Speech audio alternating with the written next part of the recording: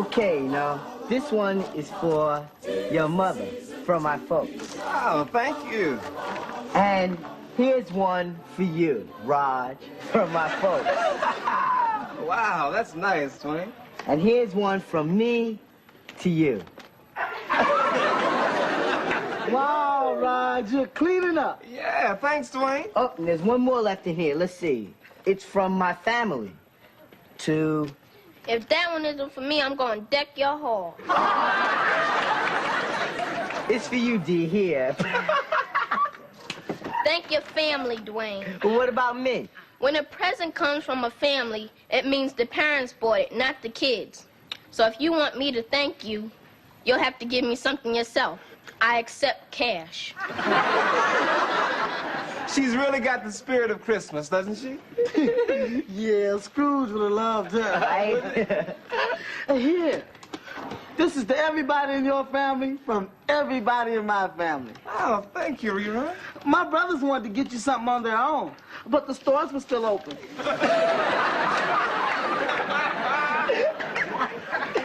Rerun. Hey, Raj, are you and Dee gonna stay in or you're going out for Christmas Eve? No, we're staying home. My mama got to work tonight at a party.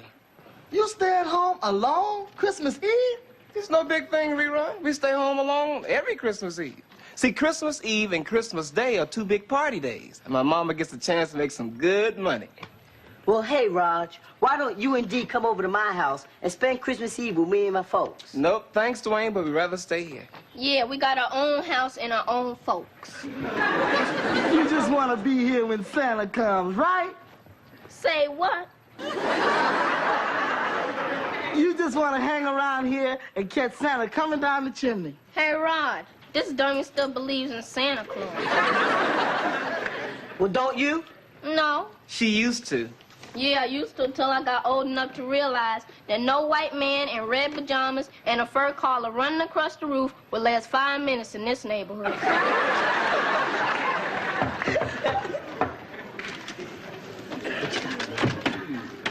Merry Christmas. Hey, Daddy! Merry Christmas. Hey, what's happening? Anna, didn't you hear? Santa Claus got mugged on the roof.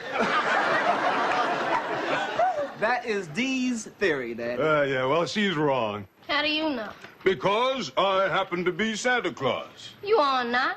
Well, if you don't believe it, you won't get what's in my sack. What's happening, Santa? All right. Listen, Raj, I gotta be gone. You sure you and Dee won't be able to make it? Yep, I'm sure. How about tomorrow for Christmas dinner? No, but look, y'all have a Merry Christmas and tell your mother I said thanks for the present, okay? Well, I'll probably see y'all tomorrow anyway. Okay, Merry Christmas, Thomas Okay. D. Bye-bye. Okay. Hey, Roger, what was that all about? Well, since Mama has to work tonight and tomorrow, they invited me and Dee over to their house for dinner. You mean to say you and Dee gonna be home alone on Christmas while your mama's out working? Yeah, we do it every year, Daddy. Yeah, well, you did it every year till now. Tomorrow, you're both coming over to my house for a real Christmas dinner. You're gonna fix Christmas dinner? Oh, you bet. We're gonna have turkey and stuffing. And cranberry sauce? Mm-hmm. And candied yams. With marshmallows? Ah, and pumpkin pie. I hate that stuff. No, you don't. And besides, we always spend Christmas with our mom. Yeah, but you said your mama was gonna be working late. I know, but we won't get things ready for her. Well, I tell you what, you get things ready in the morning, because in the afternoon, you're both coming to my house for a real dinner. Yeah, that sounds real good, Daddy, but... Hey, no buts, huh? For the first time in 10 years, I'm gonna spend Christmas with my two kids. Hey, Dee, how about that? I'm not coming. Christmas is for being with the family, and my family is Raj and Mama. So I'll just stay here until my family gets home from work. Well, it just so happens that I am your family too, young lady. And you will be with your family for dinner tomorrow at your daddy's house. Now, is that clear? Well, is it? Yes. Is it? Is it? I mean, it is, Daddy. Well, good. I'll pick you both up at noon. Got it? Got it. Got it? Got it.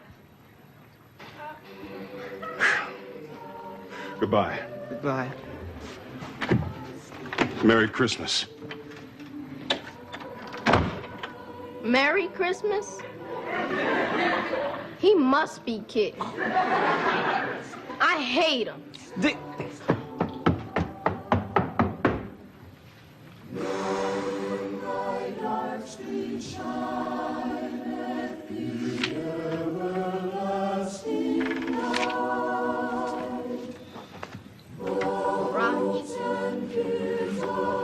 What's the matter? I can't sleep. You can't sleep. Why? I'm scared. Scared of what? Can I get in your bed? Okay, come on.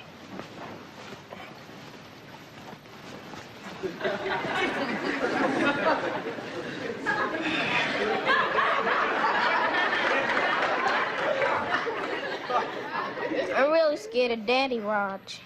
Why? Because he yells at me all the time. Now, he only yells at you when you make him mad. And you made him mad tonight.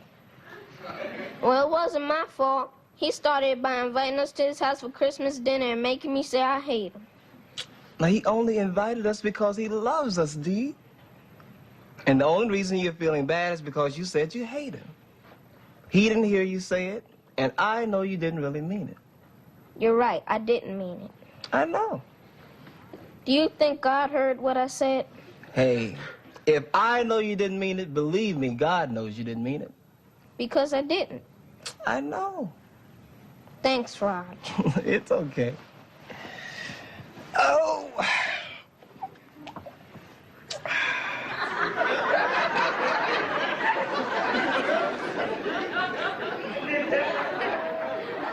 Hey, Raj, Oh. can you sleep in that chair over there?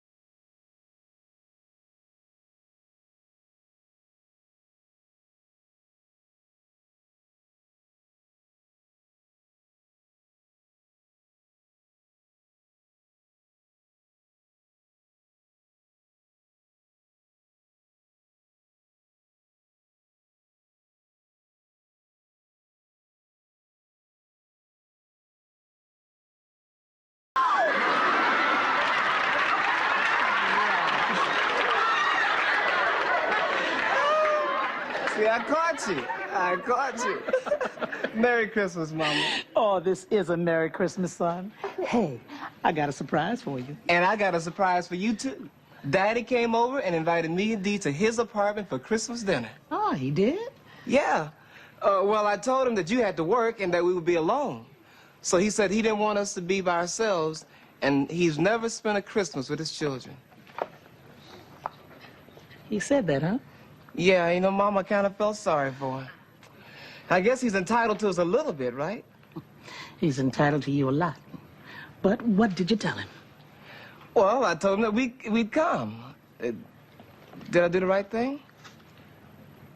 Of course you did the right thing. Now, what's your surprise? And I suppose that girlfriend of his, what's her name's gonna be there too, huh?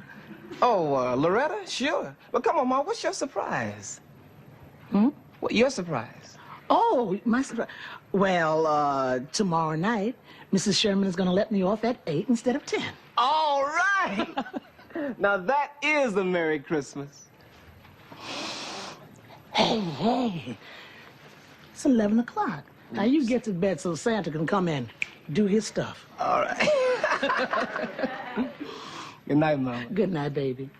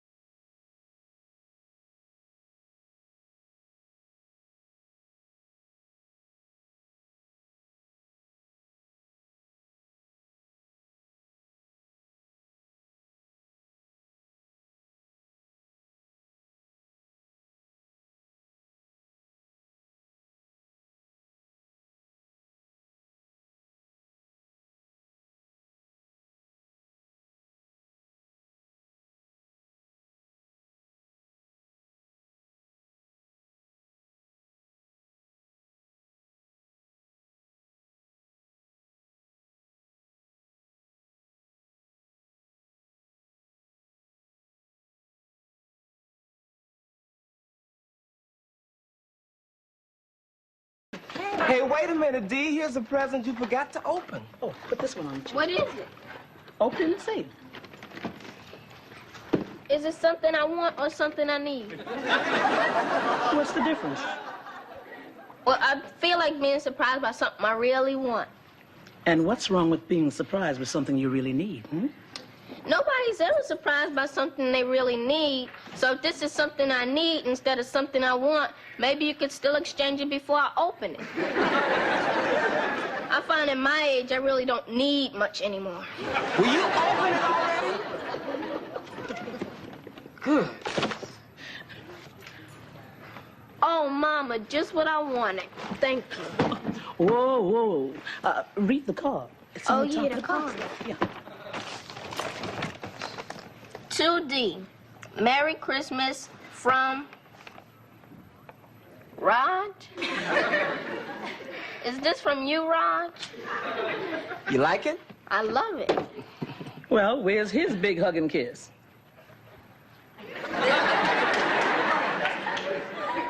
Well,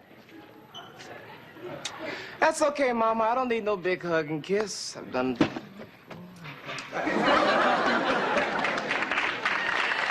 now that's my best Christmas present. Thank you. Come in. What's up, man? Ho, ho, ho, ho, ho. Well, rerun, come on in. You know you look like one of Santa's helpers. He looks like all of Santa's helpers. I'm glad you're still home, Mrs. Thomas. Hey, Mama, what time do you have to go to work? Oh, I have plenty of time. I'll leave right after your father comes to pick you up. Take this, Mrs. Thomas. It's for Raj and Dee from my mama. What is it? A sweet potato pie and most of it chicken. Most of a chicken. Yeah, it's a long walk over here. Well, thanks, Rerun.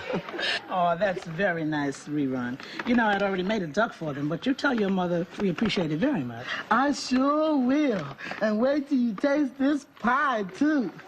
See how it's already cut? Mm-hmm. That's what I got my mama for Christmas, a pie cutter. See how easy it comes out?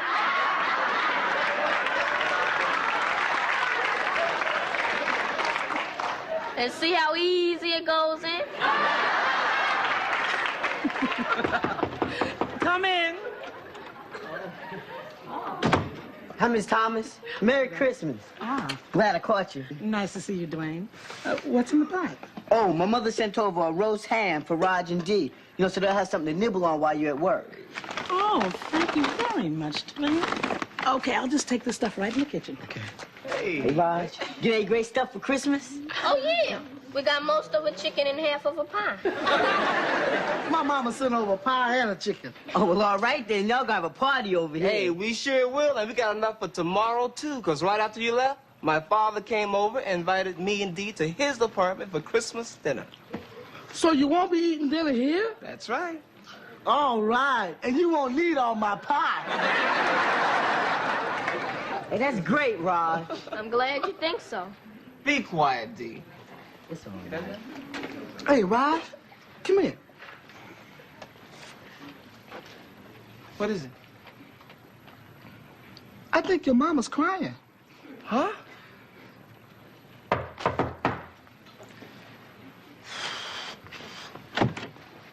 Hey, Merry Christmas, Daddy. Hey, son. Hey, Merry Christmas, fellas. Merry Christmas. Dee, I'm sorry I yelled at you yesterday. It's okay.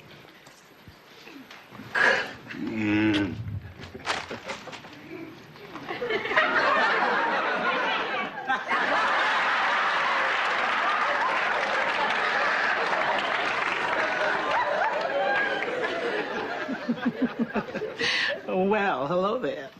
And a Merry Christmas, Bill. Merry Christmas, Mabel.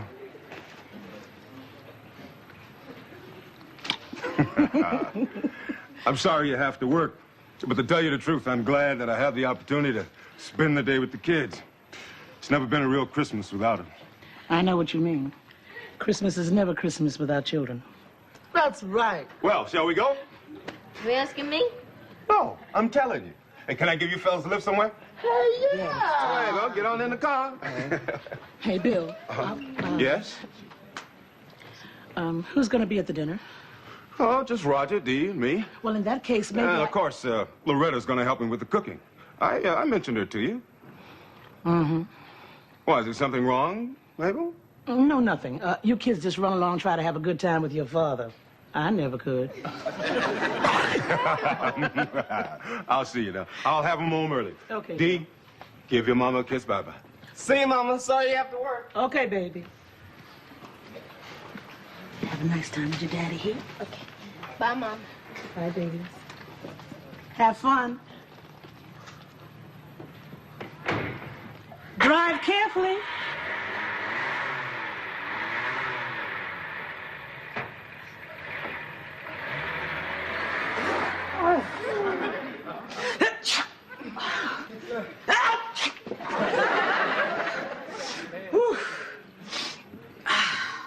Hey, Loretta, here they are. Oh.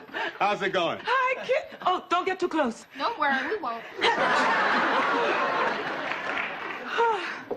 I can't get rid of this cold. Something wrong? Something stinks. I beg your pardon. Loretta, I think something's burning. Oh, my goodness. Oh, my goodness. Look what I did. That is the ugliest thing I ever saw. Oh, it's this cold. My nose is stuffed up. I lost track of the time. And I ruined everybody's Christmas. Oh, no. No, you didn't. Yes. Why? I like my turkey like that. Yeah, me too. I love my turkey well done. And so does Dee. Are you crazy, Ron? Oh, come on, honey. Leave it. Leave it. Leave it. Hey, look, Loretta, we don't need anything fancy. Let's just open a can or something. Yeah, like some Airwick. Well, the first thing we're going to do is open some of these windows here. And then I'm going to take you all to a fine restaurant, and you can order anything you want. Wait a minute. We don't have to go to a restaurant. We have a whole house full of food. We got duck, ham, and chicken all cooked and ready to be eaten. Are you putting me on? No, Daddy. Rerun and Dwayne brought it over before they knew we were coming here. We were going to eat that when Mama came home. We couldn't eat all of that. So how about it, Daddy? Should we go and get it? Why not? Why not? We'll go and get the food and bring it back. By then, the smell will be gone. I ruined everybody's Christmas. I did. Loretta, would you stop it? Yeah, it's really getting on my nerves.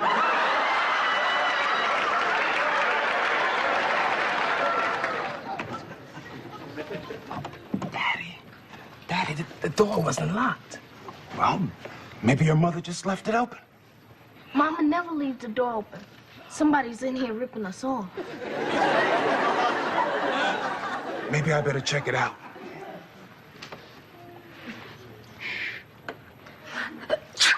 Cool it.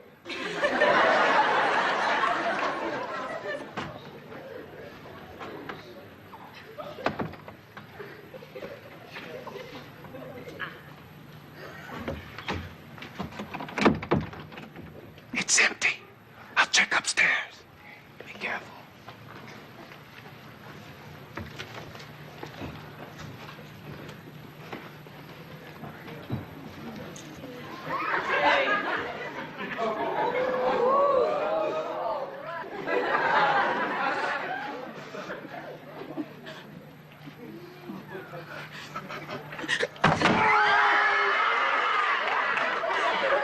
Daddy, you okay?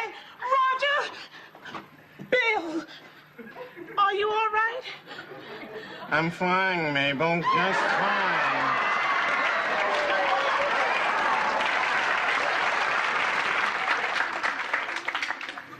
Thank you, Lord, for all this food. And for all my good friends who sent it over. And thank you for all my family. And my new friend who sent them over by burning our turkey. I feel very happy right now. Thank you. Amen. Amen. Amen. Did anybody want to add anything to that? God bless you, honey. Bless you, Loretta. Thank you, thank you. And Mrs. Thomas. I know, Mabel. Mabel, thank you for making me so comfortable in your house. Oh, darling. Me too, Mabel. I just want to say this is about the best Christmas I've had in my whole life. Yeah, and I would like to thank everybody for my Christmas presents. Oh, that's wonderful, Dee. But next year, there better be a bike. Pass the duck. Hey,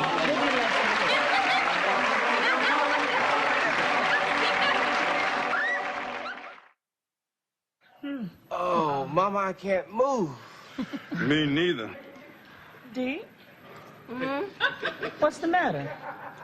I think I ate too much. I would say 4 portions of candy yams is a little nuts. Oh, Roger, please don't mention nuts or no other kind of food ever. Come in. Merry Christmas, everybody. Hey, Shirley. Merry Christmas. What's Santa Claus bring I you? brought you over one of my homemade pumpkin pies. Smell it. Oh. Gee, sure, thanks, but we couldn't eat another thing. We had duck and ham. I had the same thing. Plus, macaroni and cheese and a large turkey pizza. I'm going to go do the dishes. Shirley, you don't mind if we pass up the pumpkin pie, do you? Don't mind. I'm thrilled. You know what I said? I had dessert. This big old chocolate cake jar. And you know, I had the nuts. Hey, listen to this, Rerun. Not only are pedigree dogs great as show dogs, but you can teach them practically anything. I know. I know a dog that can stand up and speak. A lot of dogs can do that. But this one can also carry food. Watch. Hey, Shirley, bring some fries.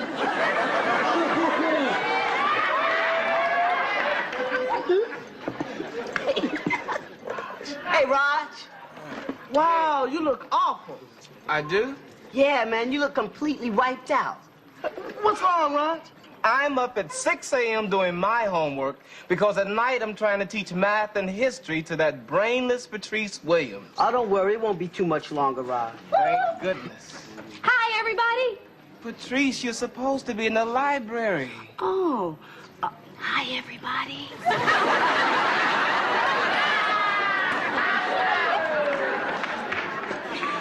This isn't the library, Patrice. You only got 2 hours before your exam. Now go study. Well, I'm nervous. When I get nervous, I have to eat. Well, there's no reason to be nervous. Just remember everything I told you and you'll do fine, okay?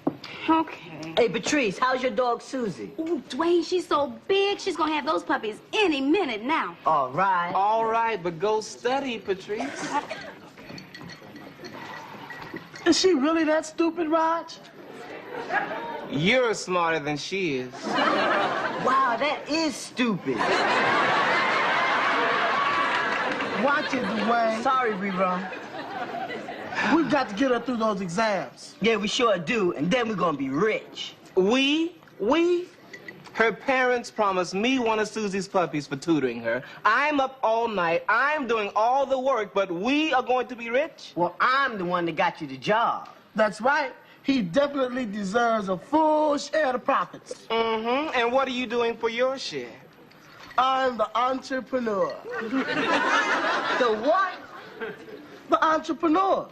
You look at any big business, there's always a giant behind it. That's me. Yeah, you're the giant behind.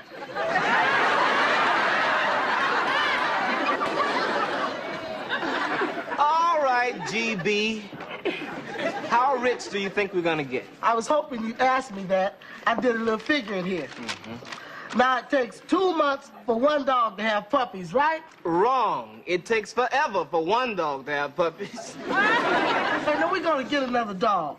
Now, dogs have an average of 6 puppies each time, okay? Right? And figure $50 a piece for pedigree puppies. $50? That's right.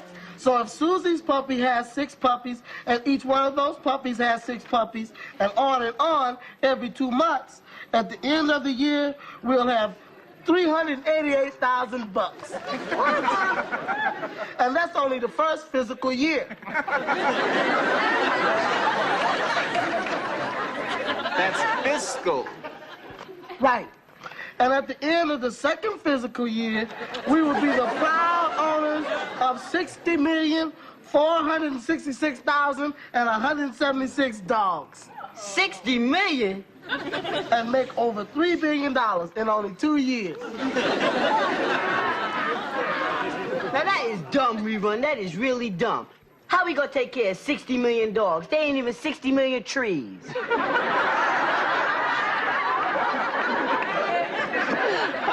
Hold it. We only have one dog so far. We don't have any place to keep it. You mean your mama won't let you keep the dog? I've been afraid to ask her. She's never let us have a dog because she said it only makes a mess and costs money. Well, did you tell her how much money we're gonna make? We can't count on that money, Rerun. This whole thing can fall apart. No, it can't, Raj. We've put too much into it. Weave. How do you get weave, Rerun? It's a mixture of weed and half. Weed. It's called a contraption.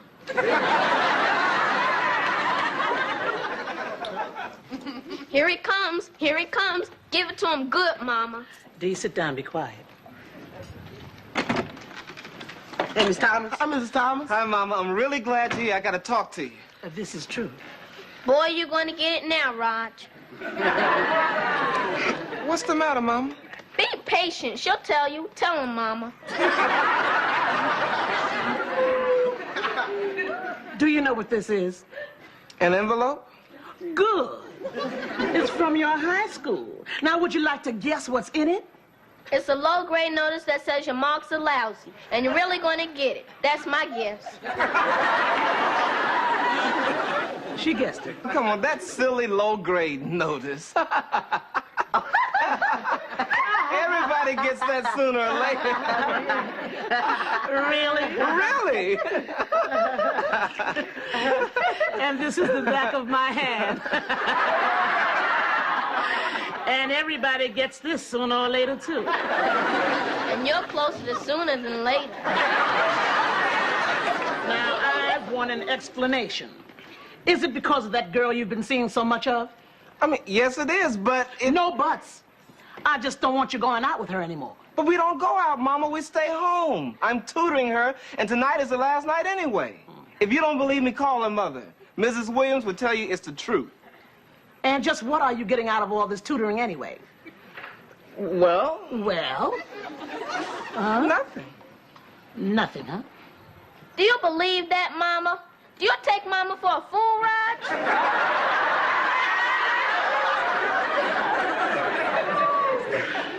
He's taking you for a fool, Mama.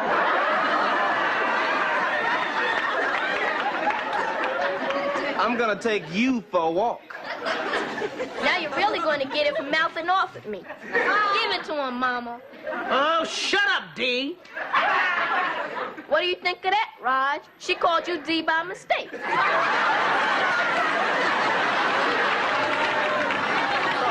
Oh, Mama, starting tomorrow, I'll really work hard, and I have plenty of time to get my grades back up again. Come on, trust me, Mama. All right. I'll let it go this time. But I don't want any more of those letters coming to this house anymore. You hear? Okay, Mama, I promise you they won't. It better not. Okay, come on, y'all. Now I'm going to the store. And I don't want you guys hanging around here too long. You hear? All Because right, I Mrs. know you Thomas. all have homework to do, too. Yes, Miss All Thomas. right.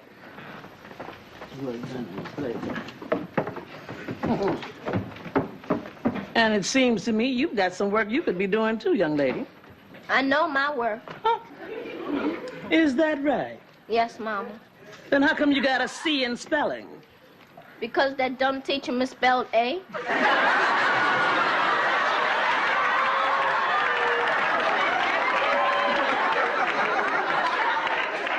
You just study your spelling. I'll see how much you know when I come back. Now, come on, give Mom some sugar. Okay. All right. Dee-da-da, da-da-dee-dee, la-la-da, da-da-da. Secretary. S-E-C.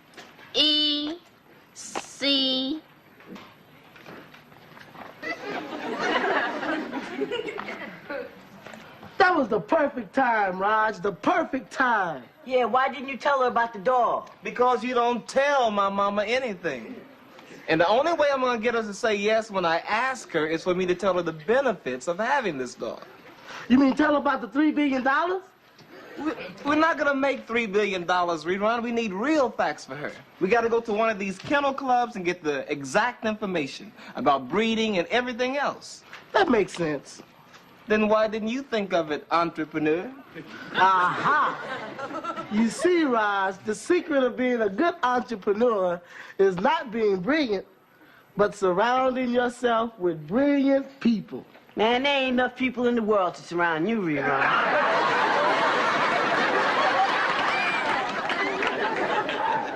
Hey, that bed really looks comfortable, Dwayne.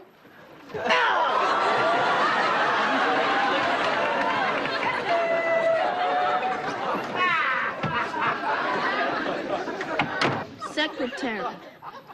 S-E-C.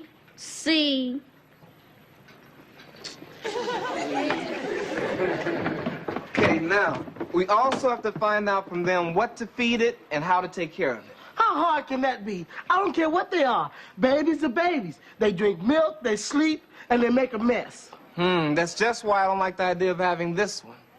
It'll make all the tutoring worthwhile. As soon as you see that cute little face looking up at you. Well, I tell you, I hope so. I haven't been able to think straight ever since Mrs. Williams told me that Susie was pregnant.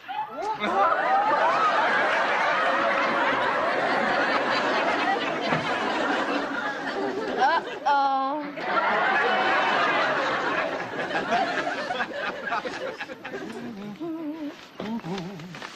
Hi, Mama. Oh, hi, Dee. Mama, wait till you hear what I heard about Wait a Roger. minute. I don't want you talking and telling me things about your brother anymore, you hear? Not even about that girl? No. The one he's been staying out late teaching? No. The one who's gonna have a baby? No.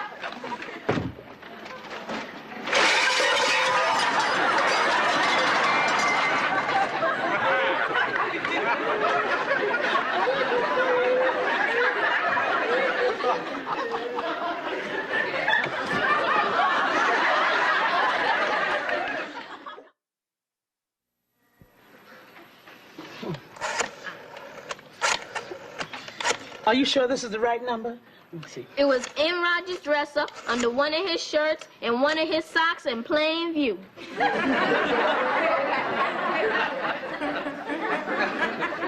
Oh, hello. Is this Mrs. Williams whose daughter's being tutored by Roger Thomas?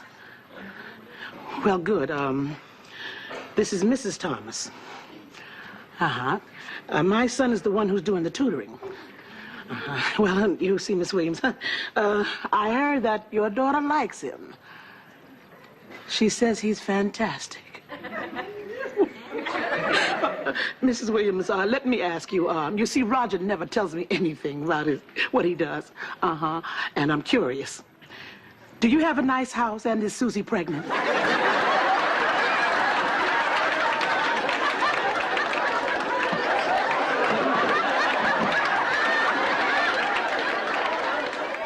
Hey, Shirley. Yeah. Come here, please. Huh? You're smart, aren't you? Is a frog waterproof? Waterproof. I don't know, because I'm failing biology, too. Well, what can I do for it? Well, would you ask me this math question, please? Sure thing. Let's see here now. A train leaves New York headed for Los Angeles, traveling at 120 miles per hour. Oh. At the same time, a train leaves Los Angeles going towards New York, traveling at 100 miles per hour. Ooh. Listen to this part right here. Listen good. Okay. If the entire trip is 3,247 miles, now when will it meet? As soon as they crash. That sounds right to me. Thanks, we're gonna make a fortune. Yeah, I think you're right this time, Rerun. Yeah, you heard the guy at the kennel club. Those dogs are easy to sell. Everybody wants one, so, you know. Hey, it's Patrice. Hey. Hey, y'all. Oh, I'm really proud of you. You're studying your math. Oh, yeah, and Shirley's been helping me, too. Oh, no. How's Susie? I told you, Dwayne, she gonna have those puppies any minute now. Hey! All right, now, but don't forget you got history, too. Oh, I know my history. Go on, ask me something. Okay. All right, who was the 16th president of the United States? Abraham Lincoln. Hey! All right, now, what happened to him during his second term in office? He died. Hey, Patrice. And how? Swine flu? Wait a minute, don't tell me. Well, let me give you a hint. Theater. Theater. Wait, theater. Oh, I know it. He was shot. Shot by John Wilkes in the booth. No, he was shot by John Wilkes Booth in the head. Oh, they should never let a president go to the bathroom by himself.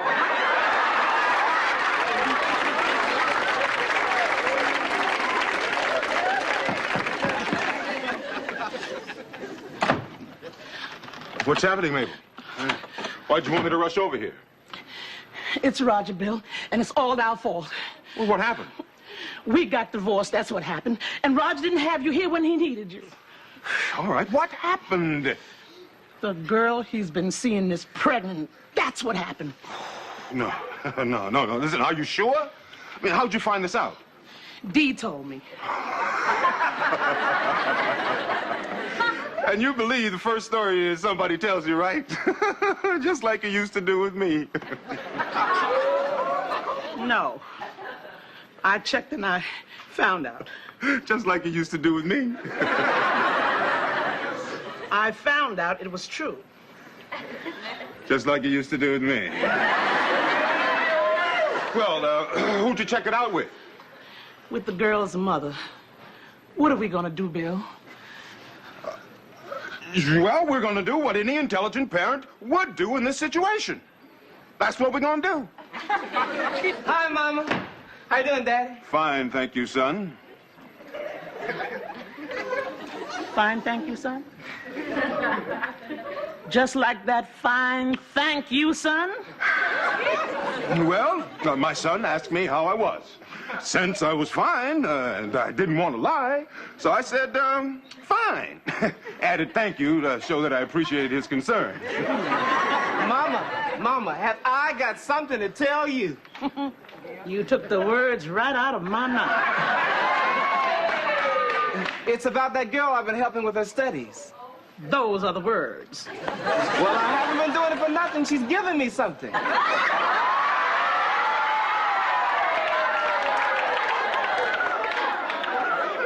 We know that, son.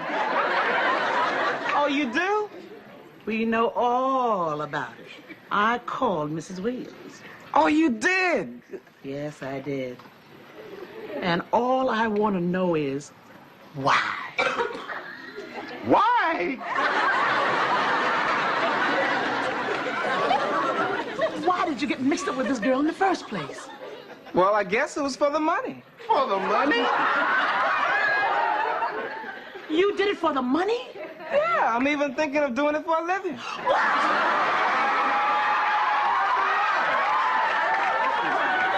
Give me your belt. I'm going to kill you. I'm going to kill him now. I'm going to kill him. Hey, give him the news, man. No news!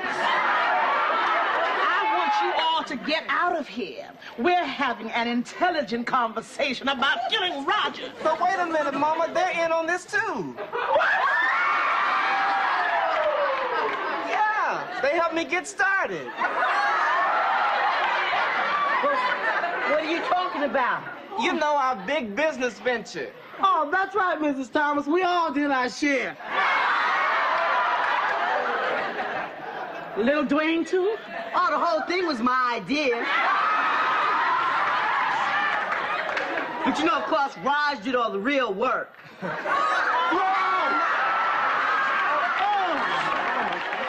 boys ought to be ashamed of yourself. Look what you're putting Roger's mother through, and me. It's disgraceful, just disgraceful. Okay, if it's gonna cause this much trouble, I'll just call the whole thing off. Ah, don't you wish it was that easy? It is. It is. Just watch. Hello, Mrs. Williams. This is Roger. Is your daughter home? She was gonna call me. Why? Really? She had them. All right!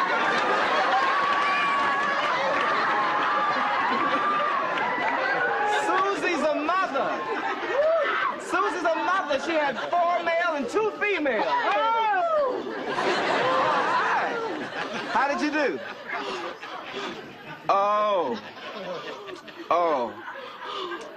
Okay. Uh-huh.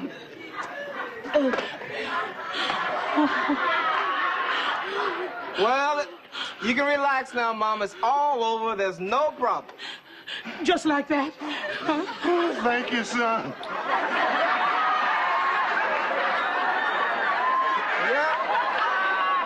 Yeah, just like that. I won't be getting any of the puppies. What puppies? One of Susie's puppies. That's what Mrs. Williams was going to give me for helping her daughter Patrice pass her tests. What? Puppies? Puppies. It's puppies. Susie's a dog. Sure, puppies. Of course it's puppies. Why not puppies? Puppies!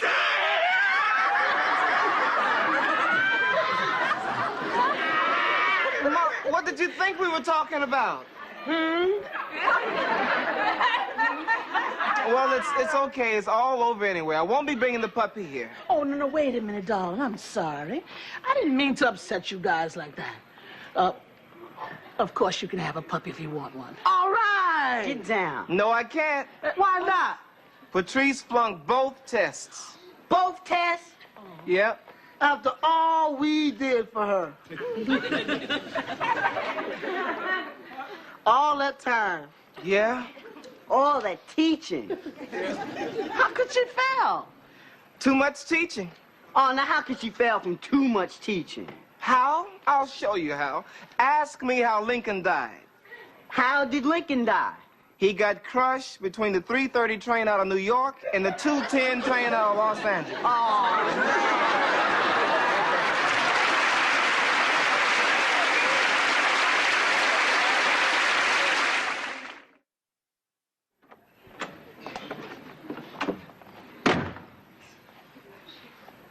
How is your homework coming along, Roger? Oh, fine, Mama, just fine. My grades will be back to normal, I promise you. Hey, that's good, son. And why aren't you studying instead of reading that comic book, little girl? I finished my studying. Mm-hmm. Here, ask me my spelling. All right. Let's see. Spell secretary. Secretary? Secretary. S-E-C.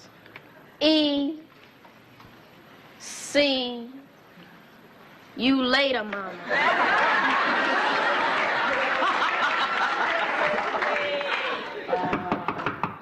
Come in. Raj, we're back in business. In this shoebox lies our fortune. Oh, no. What is it this time? Hamsters. Hamsters? Oh, I don't want to hear it. Listen to this, Raj. No. Hamsters have an average of 7 baby hamsters per month, every month of the year. And at $5 a throw, we're talking about $35,280 in 2 physical years. Look, let me see that box. And they don't take up much room, neither. No? That's because they're not there. What? They're not there. I had them when I came in here. Where'd they go? Oh, no. Wait till my mama hears about this.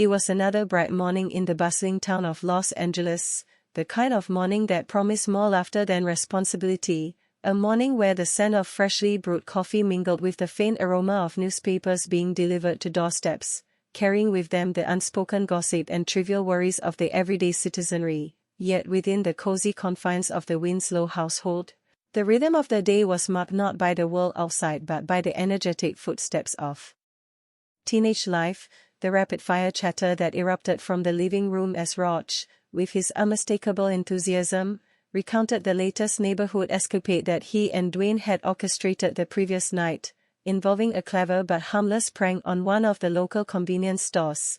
And though the prank had left the store owner bewildered and slightly exasperated, it had provided Roch and Dwayne with a sense of triumphant mischief that only teenagers could understand, their laughter echoing through the house, ricocheting off the walls adorned with a mixture of family photographs and posters of various musical icons that reflected a family history steeped in culture and warmth, while next to them, Rerun, with his characteristic mixture of charm and apprehension, tried to temper the excitement, reminding his friends that though adventure was exhilarating, consequences were inevitable, and his gentle warnings, though often ignored, revealed a deeper layer of responsibility that he carried, a trait that sometimes set him apart from the impulsive nature of Roch and the carefree spontaneity of Dwayne. Yet even Rerun could not deny the thrill that hung in the air, an invisible thread weaving through the morning sunlight streaming in through the windows, casting patterns on the carpet that seemed to dance in rhythm with their animated voices,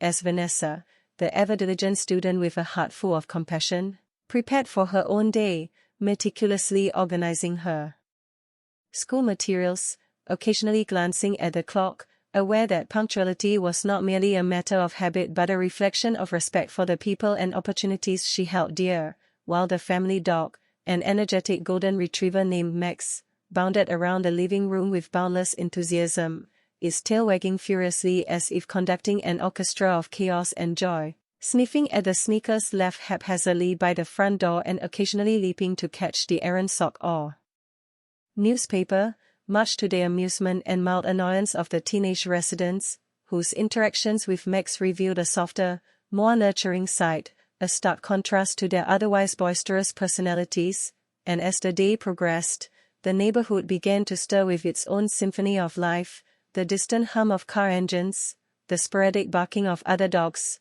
the faint chatter of neighbors exchanging morning pleasantries, all forming a backdrop against which the Winslow household enacted its own series of mini-dramas and comedies, often trivial to the outside observer but rich with emotion, connection, and the lessons that only lived experience could provide.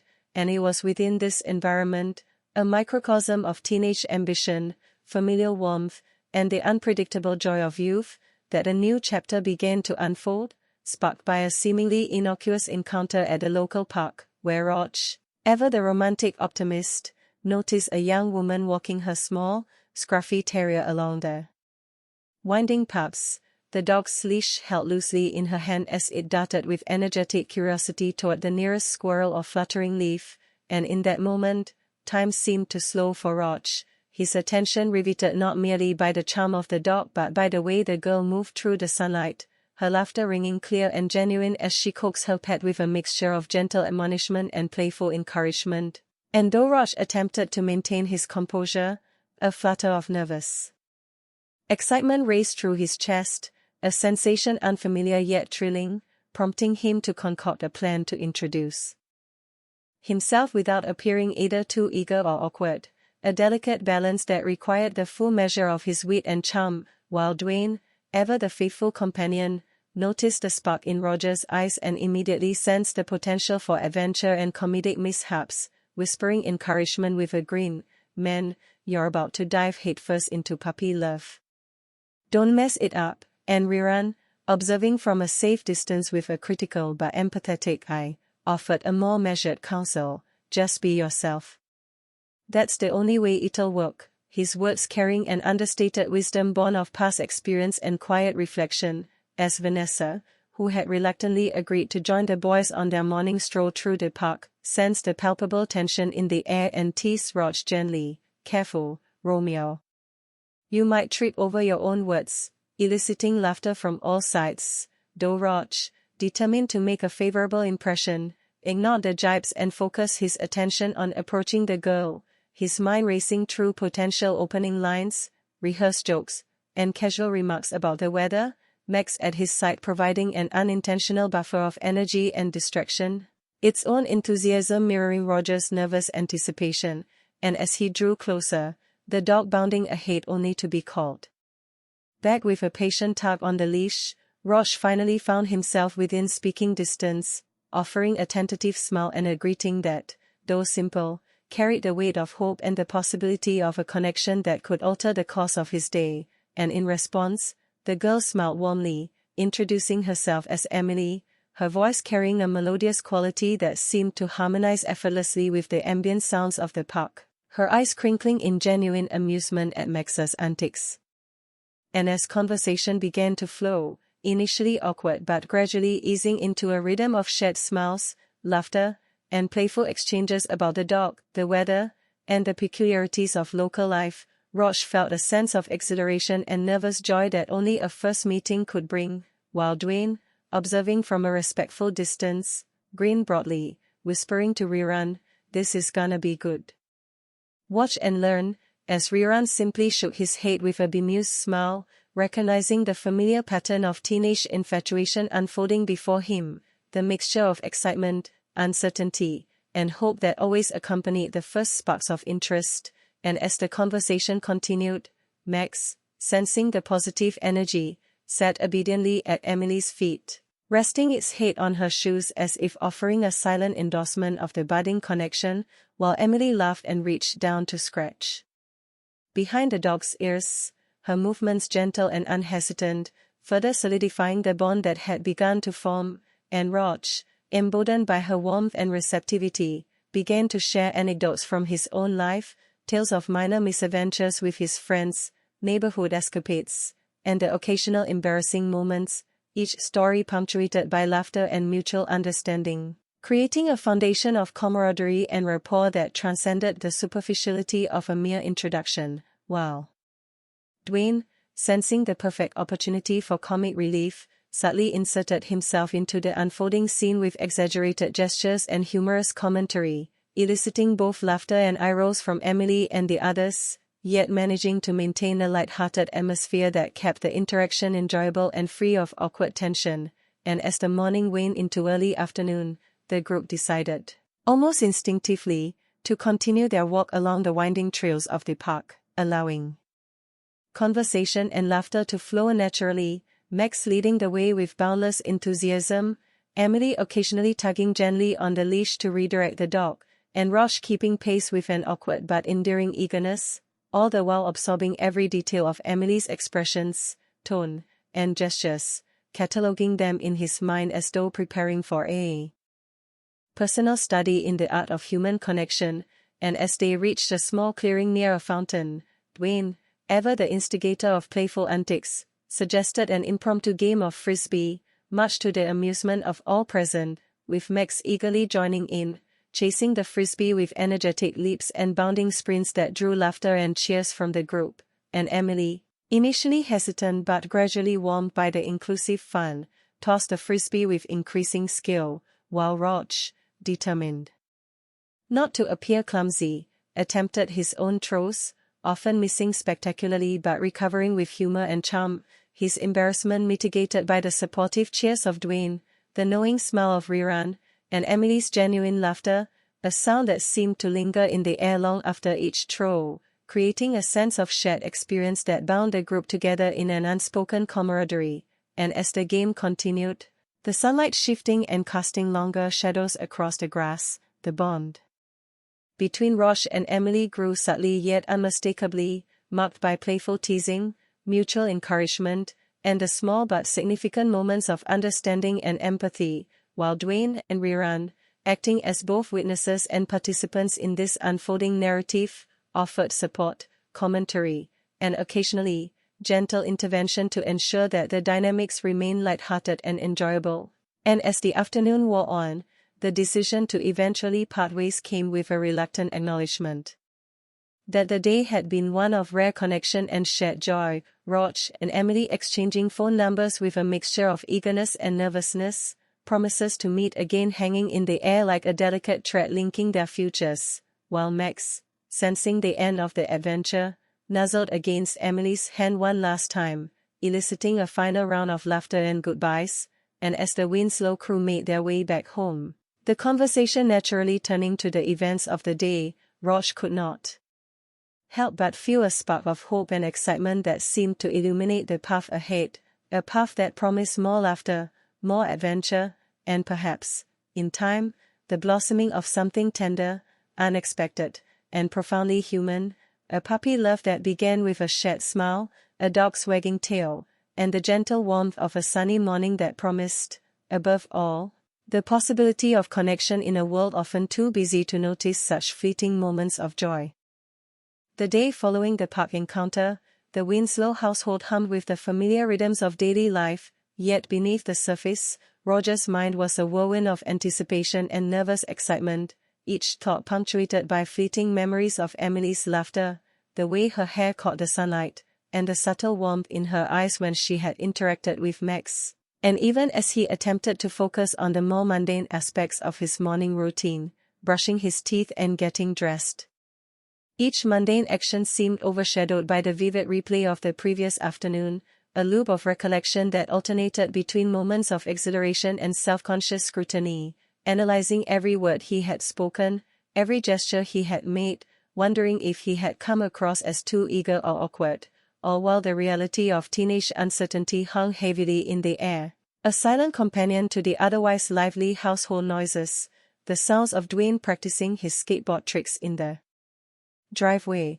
the rhythmic tapping of Riran tapping out a beat on the kitchen counter with the back of a spoon, and Vanessa meticulously packing her school bag, ensuring that each textbook, notebook, and pen was arranged in perfect order, creating a subtle backdrop of structure and familiarity that contrasted with the storm of emotions swelling within Roch. And as breakfast progressed, the conversation around the table inevitably gravitated toward Roger's unusual quietness, his distracted nods and sporadic responses earning playful jabs from Dwayne, who grinned knowingly and asked, "So, Roch, you've got that dreamy look again.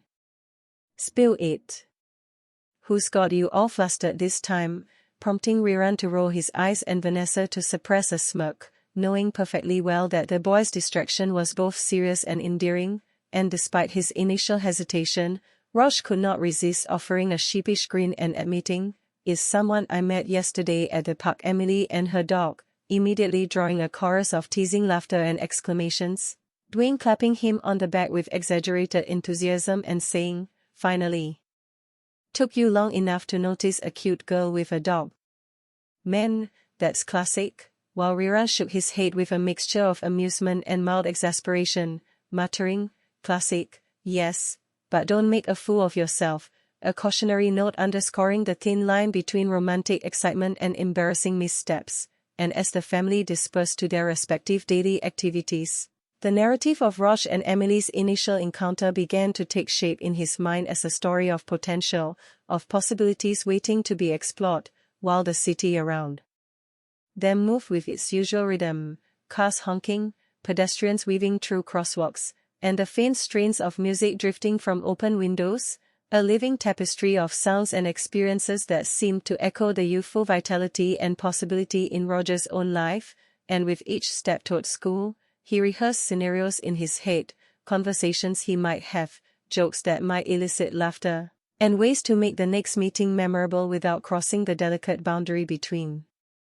enthusiasm and awkwardness, a mental choreography complicated further by the presence of Dwayne and Riran, whose own patterns of humor and friendship often interjected unexpected twists into any plan, yet these same friends provided an essential balance, a grounding influence that prevented Roch from becoming consumed entirely by his own anxieties and hopes, and upon arriving at school, the familiar hallways, lockers, and classroom routines acted both as a comfort and a reminder that life continued beyond the romantic flutterings of the heart, as teachers called attendance, assignments were handed out, and the cacophony of adolescent energy filled every corner, yet even amid the usual bustle, Roger's attention frequently drifted to the thought of Emily, imagining how he might encounter her in the corridors, what he might say, and how to navigate the delicate dance of teenage connection without succumbing to clumsy overexcitement.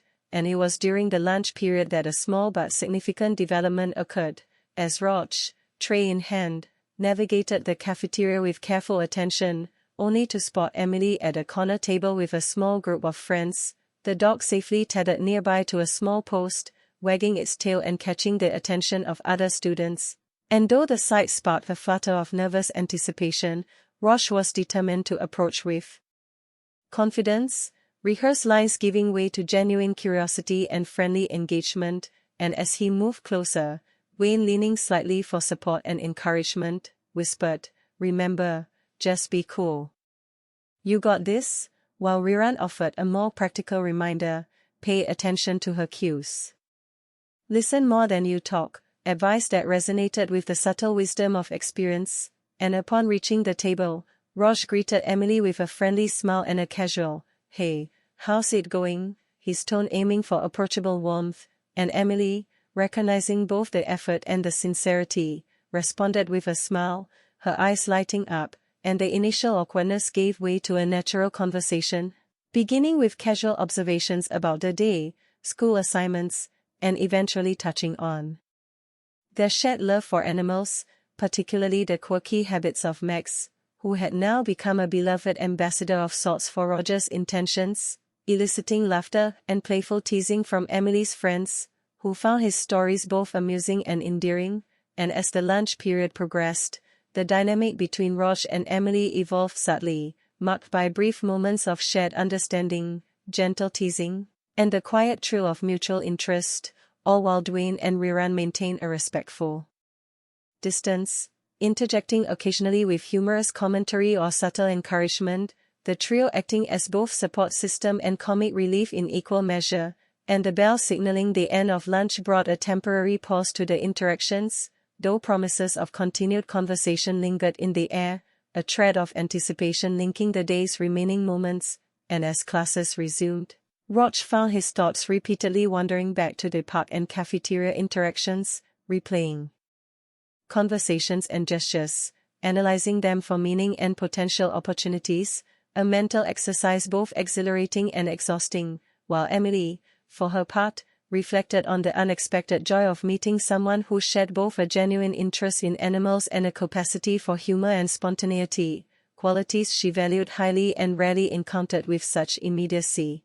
And as the school day unfolded with lectures, assignments, and the occasional interruption typical of teenage classrooms, both Roch and Emily carried an undercurrent of anticipation, subtle glances exchanged in hallways, smiles across classrooms, and fleeting interactions that, though brief, were laden with promise, a delicate dance of attention, respect, and mutual curiosity. And upon dismissal, the group decided, almost instinctively, to reconvene at the local park, the site of their first meaningful encounter, a setting that had already begun to serve as a symbolic space for connection, shared laughter, and the playful energy that defined their interactions.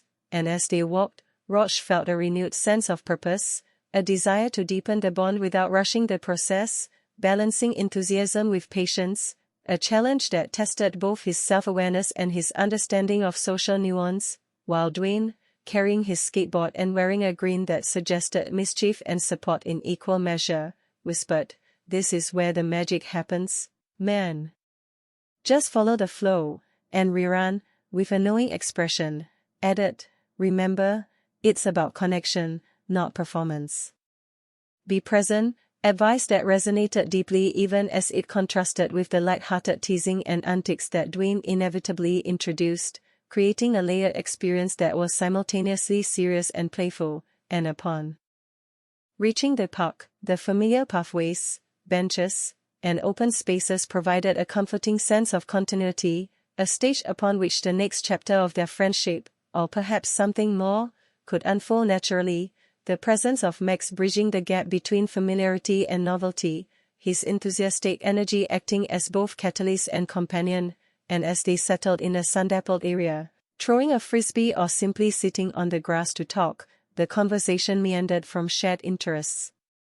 Schoolwork, neighborhood gossip, to future aspirations, each topic revealing layers of personality, values, and humor, the natural ebb and flow of dialogue punctuated by laughter, teasing, and occasional thoughtful pauses, creating a rhythm that mirrored the gentle patterns of adolescence, connection, and exploration, and through each exchange, Rog and Emily navigated the delicate boundaries of teenage interaction, learning to read cues, respond with empathy, and cultivate trust and comfort. A process at once exhilarating, intimidating, and profoundly human, while Dwayne and Riran, as always, provided a mixture of comic relief, encouragement, and observational commentary, maintaining the balance between support and interference.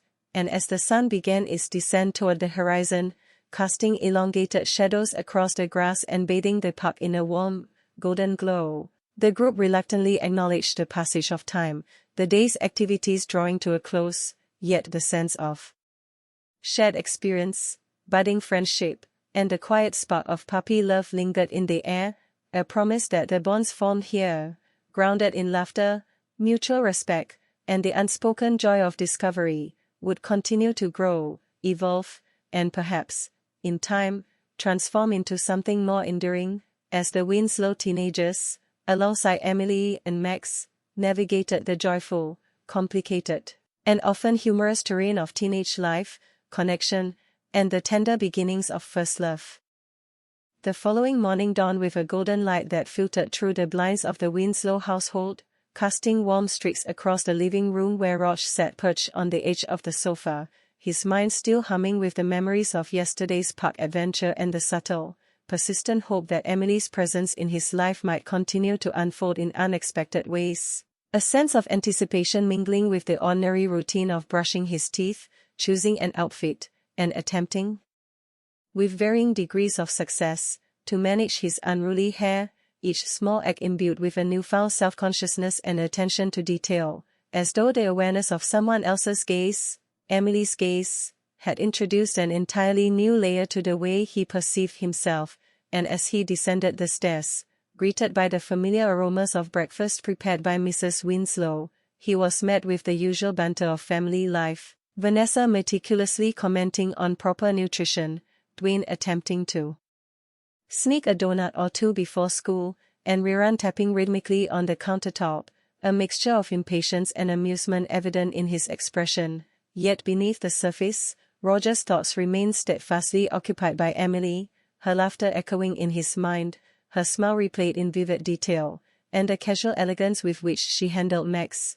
the dog who had become a central figure in their budding connection, the golden retriever now bounding around the kitchen with excitement, sniffing at trays and shoes, tail wagging as if fully aware of the significance of this particular day, a day that promised, at the very least, new interactions, and at best, a step closer to understanding the mysterious thrill of adolescent affection, while Dwayne, noticing Roger's distracted demeanor, leaned over with a grin and whispered, "Man, you're like a love-struck puppy yourself.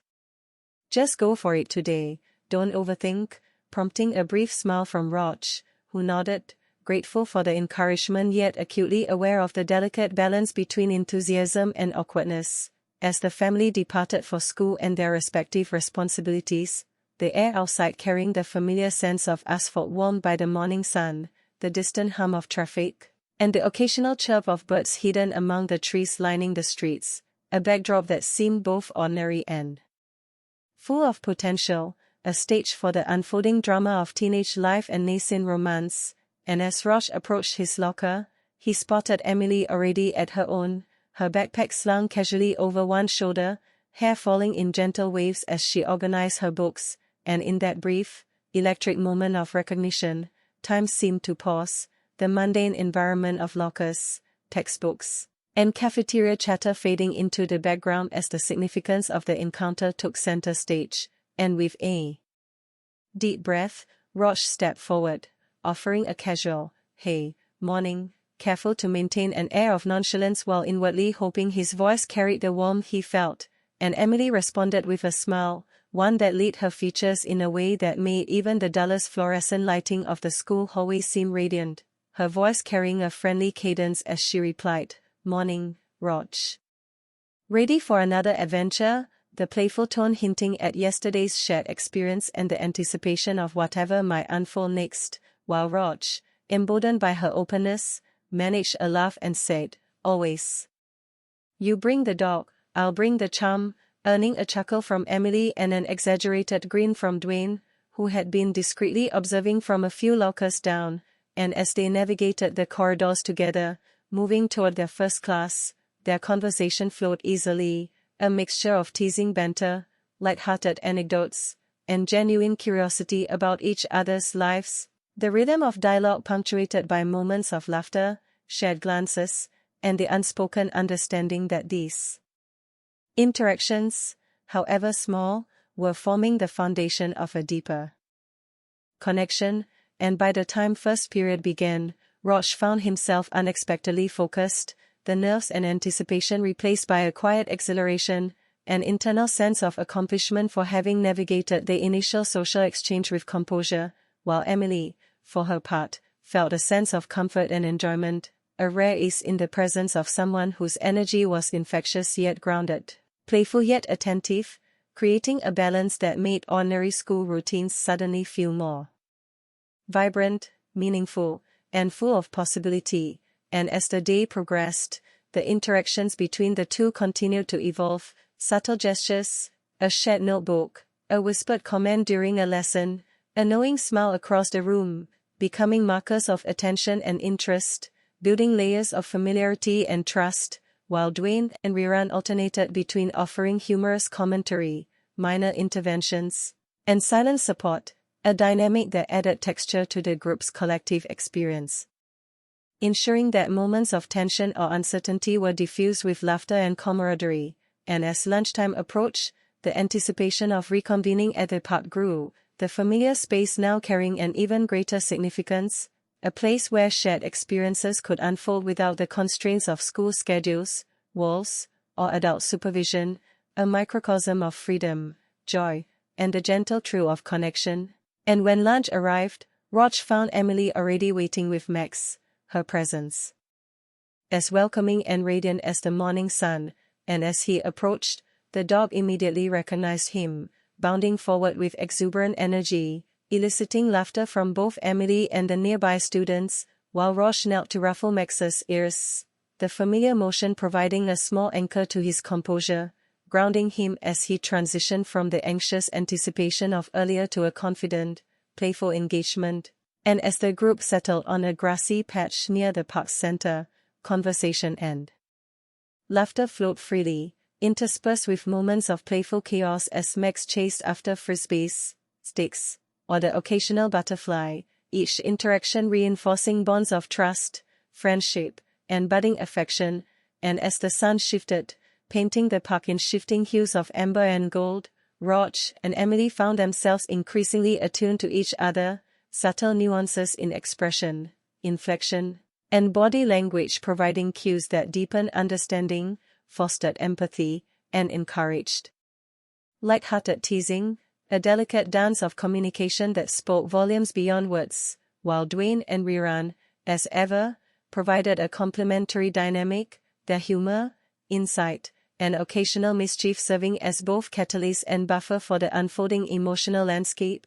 And as the afternoon waned, the decision to extend their time together emerged organically, with the group meandering along paths lined with trees, benches, and the occasional picnic table, sharing stories, minor adventures, and playful challenges, each experience layering new dimensions onto the evolving relationship between Rog and Emily.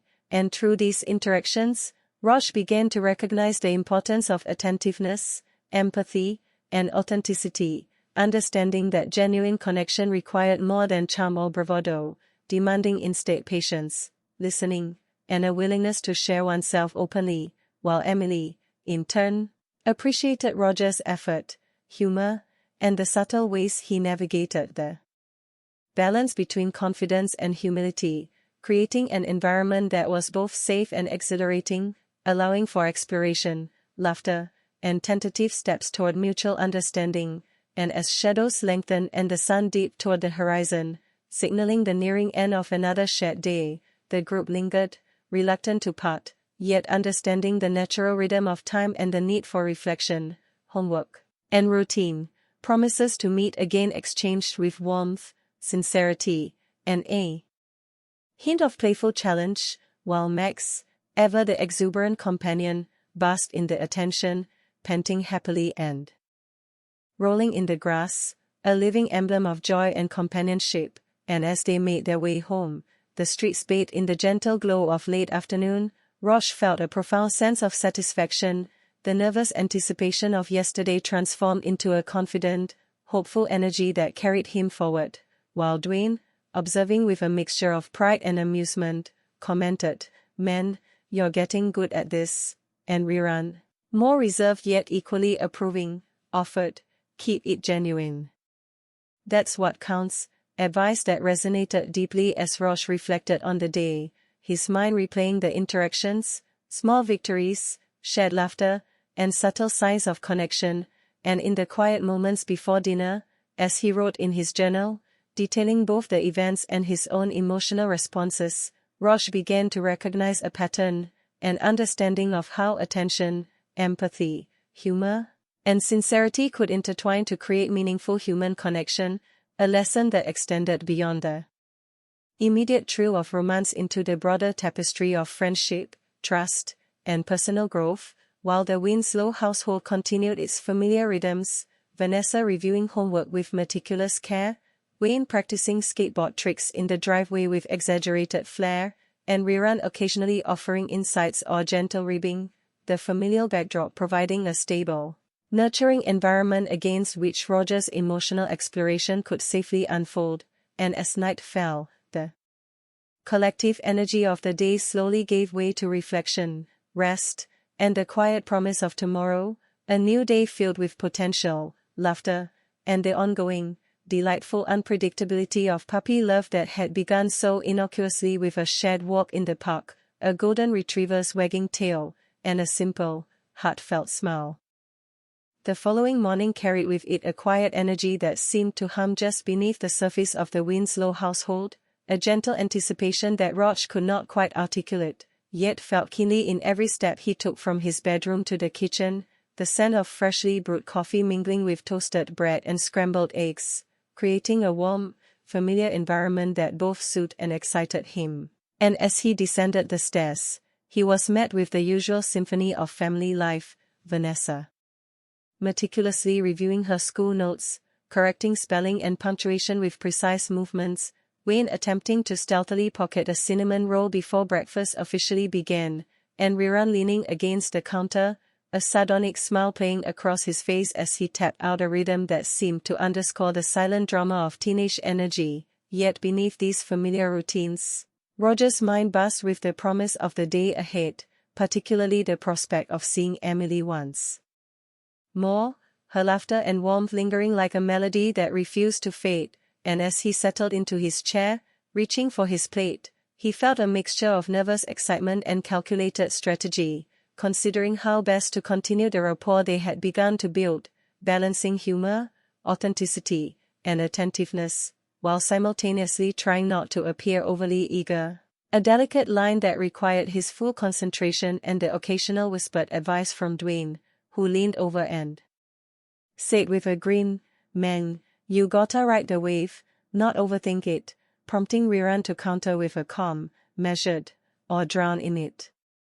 Just pay attention and be genuine," advice that resonated deeply, even as Roche chuckled at the contrast in their guidance, and once breakfast was finished, the group departed for school, the air outside carrying the familiar sense of the city, pavement warmed by the morning sun, faint exhaust from passing cars, and the distant hum of morning traffic punctuated by occasional bird songs and the laughter of early risers, creating a living backdrop for the unfolding narrative of adolescence, friendship, and burgeoning romance.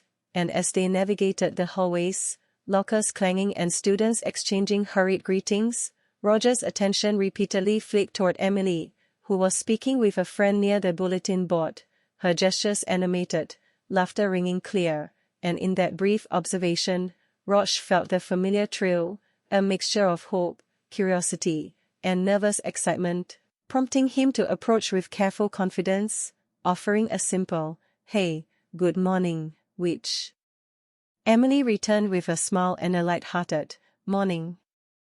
Ready for another day of chaos, her playful tone immediately easing the tension he had been carrying, and as they walked to their first class together, their conversation meandered through shared experiences, observations about teachers, and humorous reflections on minor neighborhood events, the rhythm of dialogue punctuated by laughter, teasing remarks, and subtle signs of attention, gestures that in their simplicity carried profound meaning, while Dwayne and Riran maintained their supportive roles, providing humor, commentary, and occasional guidance, ensuring the atmosphere remained light, yet attentive to the delicate balance of adolescent social dynamics, and as the morning progressed, moments of small but significant connection continued to unfold, a whispered comment about a pop quiz, a shared glance during a group assignment, and the exchange of minor anecdotes that reinforced rapport and built layers of trust, empathy, and shared understanding, and it was during lunch that a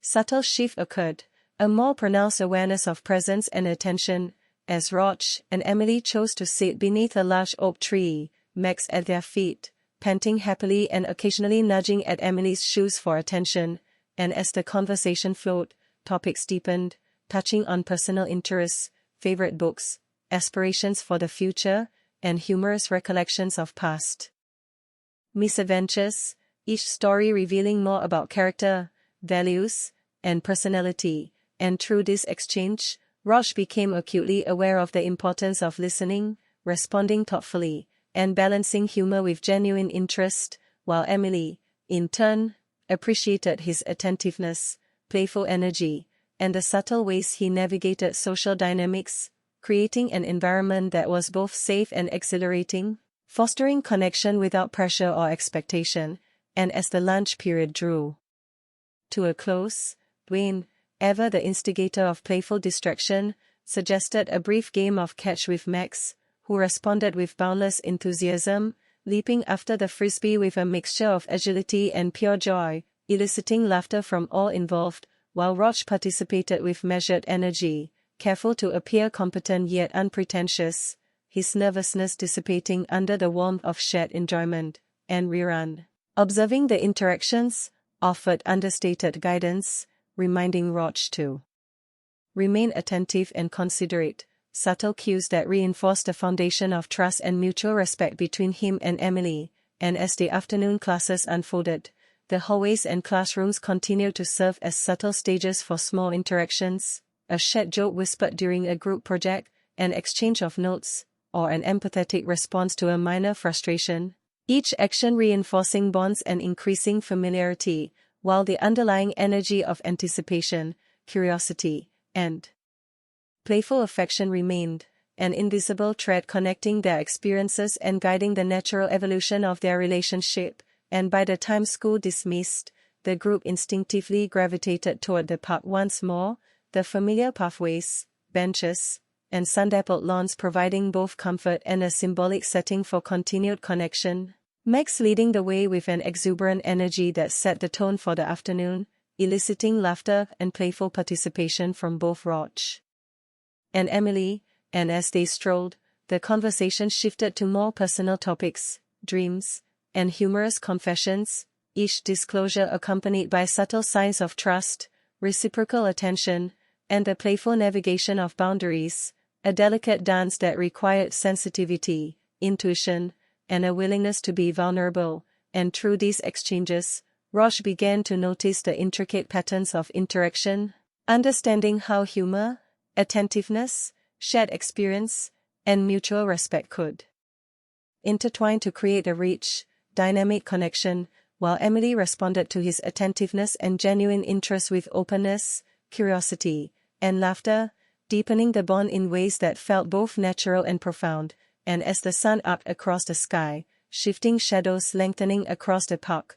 the afternoon's activities continued, Max chasing after sticks, brief races across the grass, moments of quiet conversation while sitting on a bench, and the occasional playful scolding for minor misadventures, all contributing to a layered, shared experience rich in joy, connection, and the subtle excitement of burgeoning affection, while Dwayne and Rerun, ever present, provided a counterbalance of humor, observation, and occasional guidance, their presence both grounding and entertaining, ensuring the day remained light, engaging, and full of opportunity for emotional growth. And as the afternoon waned toward evening, the group lingered, reluctant to depart, their attention fully absorbed in shared experiences, small victories of communication, and the gentle thrills of puppy love, a bond emerging from shared laughter, attentiveness, and mutual respect, as Max, exhausted but content, rested at their feet, panting softly and occasionally nudging for a final scratch behind the ears, a living symbol of the joyful, unpredictable, and heartwarming nature of connection. And as they finally made their way home, the warm glow of late afternoon sunlight casting elongated shadows along the sidewalks, Roche reflected on the day with a mixture of satisfaction, excitement, and curiosity about what the future might hold, recognizing that the combination of humor, attentiveness, and authenticity had created a meaningful connection, one that held promise not only for friendship but perhaps something deeper, a realization reinforced by the subtle, approving smiles and playful nudges from Dwayne and the thoughtful encouragement of Rerun.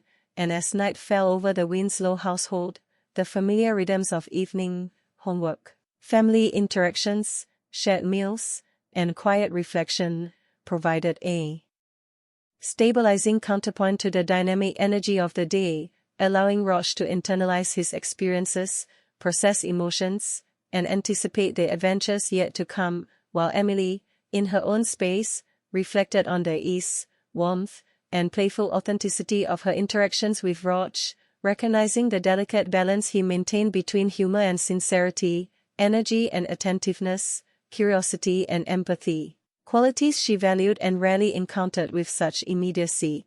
And as both prepared for rest, the lingering threads of connection, laughter, and puppy love wove through their thoughts, a promise of continued adventures, shared moments, and the ongoing, unpredictable, and deeply human journey of friendship, discovery, and the tender beginnings of adolescent romance, a narrative rich in humor, emotion, and the subtle, profound joy of human connection, all set against the familiar backdrop of the Winslow household, their neighborhood, and the ever-energetic Max, who, in his exuberance and unassuming loyalty, served as a catalyst, companion, and living emblem of the joyful chaos and tender moments that defined the formative years of life, friendship, and first love. The morning that followed dawned with the kind of gentle sunlight that streamed lazily through the Winslow household, casting long, soft streaks across the living room where Roche sat perched on the edge of the sofa, notebook in hand, attempting to jot down the minor details of his morning routine while simultaneously replaying the previous day's adventures in the park, the laughter, playful teasing, and the subtle but undeniable connection with Emily swirling through his mind like a vivid, uncontainable melody. And as he brushed his teeth and combed his hair, the usual nervous anticipation rose in waves, a mixture of hope, excitement, and a familiar fear of missteps, the kind that had haunted every first meeting he had ever experienced. Yet this felt different, somehow more genuine, more layered with the potential for real understanding and shared joy. And as he descended the stairs, the aroma of breakfast, a comforting mixture of eggs, toast, and faint coffee, greeted him like a warm embrace, while the usual family energy buzzed around him, Vanessa carefully arranging her textbooks and planner, Wayne sneaking a cookie or two while pretending to pour juice, and Rerun tapping out a rhythm on the countertop that seemed to underscore the quiet chaos of teenage life. Yet beneath this familiar backdrop, Roger's thoughts remained dominated by Emily, her laughter lingering in his ears, her warm, easy smile replayed in his mind with almost obsessive attention. And as he approached the table, Dwayne's voice cut through, teasing, "Man, you're glowing again. Daydreaming about that girl?" while Rerun added dryly, "Or overanalyzing every word you said yesterday." Be careful not to implode, their banter a mix of support and mischief that Roch both appreciated and secretly dreaded, and as breakfast concluded, the walk to school offered him a chance to collect his thoughts, to rehearse possible conversation starters, to consider how to maintain the balance between playful charm and genuine interest, all while navigating the unpredictable dynamics of being seen, acknowledged, and perhaps subtly admired by Emily. And as they arrived at school, the corridors and lockers, the hubbub of students greeting each other, exchanging papers, and rushing to classes provided both comfort and mild distraction, yet Roch found his attention inevitably drifting toward Emily, who was speaking with a friend near the bulletin board, her gestures animated and light-hearted, laughter spilling naturally into the hallway, and as he approached, he offered a simple greeting, "Hey, Emily," careful to sound casual, while internally rehearsing dozens of alternate versions that would have sounded cleverer, funnier, or more interesting, yet the authenticity of his voice seemed to resonate, for Emily's smile broadened immediately, her eyes lighting up with warmth, and she responded, "Hey. Morning. How's Max today?" The casual, yet personally attentive question sending a rush of warmth through him, and as they walked together toward first period, conversation flowed naturally, starting with observations about the morning, the teachers, and minor school happenings, gradually shifting to playful teasing, shared jokes, and the occasional anecdote that revealed deeper layers of personality, humor, and lived experience. And though Roch remained cautious, there was a growing ease in his interactions, a rhythm that allowed laughter to emerge naturally, gestures to be exchanged without self-consciousness, and the subtle exchange of glances to communicate more than words ever could, while Dwayne and Riran maintained their usual supportive but teasing presence, providing humor, occasional guidance, and the stabilizing energy of long-standing friendship, a counterbalance to the flurry of emotions and nervous excitement that Roch carried. And as morning classes progressed, moments of small, meaningful connection continued, a whispered joke during a group assignment, a shared observation about a lesson, or the exchange of a pen or a notebook, small acts of attention and consideration that subtly reinforced trust, comfort, and mutual understanding, all while the energy of the day unfolded around them, the hallways, classrooms, and cafeteria forming a living, breathing backdrop to these evolving social dynamics. And when lunch arrived, the familiar green space near the park once again became the chosen site for respite, conversation, and playful energy. Max bounding ahead with boundless enthusiasm, eliciting laughter and playful participation from both Roch and Emily, while Dwayne and Riran followed at a careful distance, offering humor, minor interventions, and observational commentary, a supporting ensemble in the unspoken theater of adolescent connection. And as the group settled beneath the shade of a large oak tree, conversation deepened beyond the mundane, flowing from shared jokes to personal interests, favorite books, music, neighborhood tales, and the occasional humorous confession, each interaction layered with subtle cues of attentiveness, empathy, and the playful tension of mutual curiosity. And through these exchanges, Roch became increasingly aware of the delicate balance required to navigate adolescent relationships, maintaining authenticity, offering humor without overcompensation, listening attentively, and responding in ways that encourage openness and mutual respect, while Emily, in turn, recognized his careful attentiveness, playful energy, and the nuanced way he balanced charm with genuine interest, creating a space where trust and connection could flourish naturally, without coercion or pretense. And as the afternoon stretched on, the small group meandered through the park's winding paths, benches, and lawns, engaging in playful races, frisbee throws with Max, light-hearted teasing, and moments of quiet conversation, the ebb and flow of energy, humor, and attention creating a rich tapestry of shared experience, emotion, and connection, each interaction reinforcing bonds of friendship and the subtle stirrings of first love.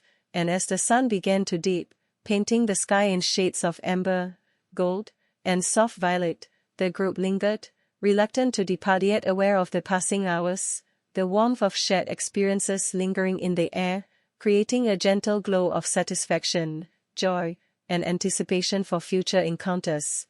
And as they walked home, the familiar streets bathed in the late afternoon light, Roche felt a profound sense of hope and possibility, a mixture of pride in the day's accomplishments, excitement at the burgeoning connection with Emily, and a quiet recognition of the lessons inherent in humor, attentiveness, and authenticity, while Dwayne offered occasional teasing commentary, and Riran, in his understated way, provided subtle reassurance and guidance, the dynamic of friendship, support, and mentorship weaving seamlessly into the narrative of exploration, connection, and emotional growth. And as the Winslow household reemerged on the horizon, Roach reflected on the delicate, yet powerful, threads that had formed between him and Emily, understanding that each smile, shared joke, and moment of attentiveness served as the building blocks of connection, a realization that, in its quiet profundity, inspired both hope and a careful sense of responsibility. And as night settled in, the rhythms of dinner, homework, and familial interaction provided grounding, allowing Roach to process the day's experiences, internalize the joy, excitement, and subtle lessons, and anticipate what tomorrow might bring, while Emily, in her own space, reflected on the ease, warmth, and playful authenticity of her interactions with Roach, recognizing that the delicate balance he maintained between humor, attentiveness, and sincerity created a space that was at once safe, engaging, and full of potential.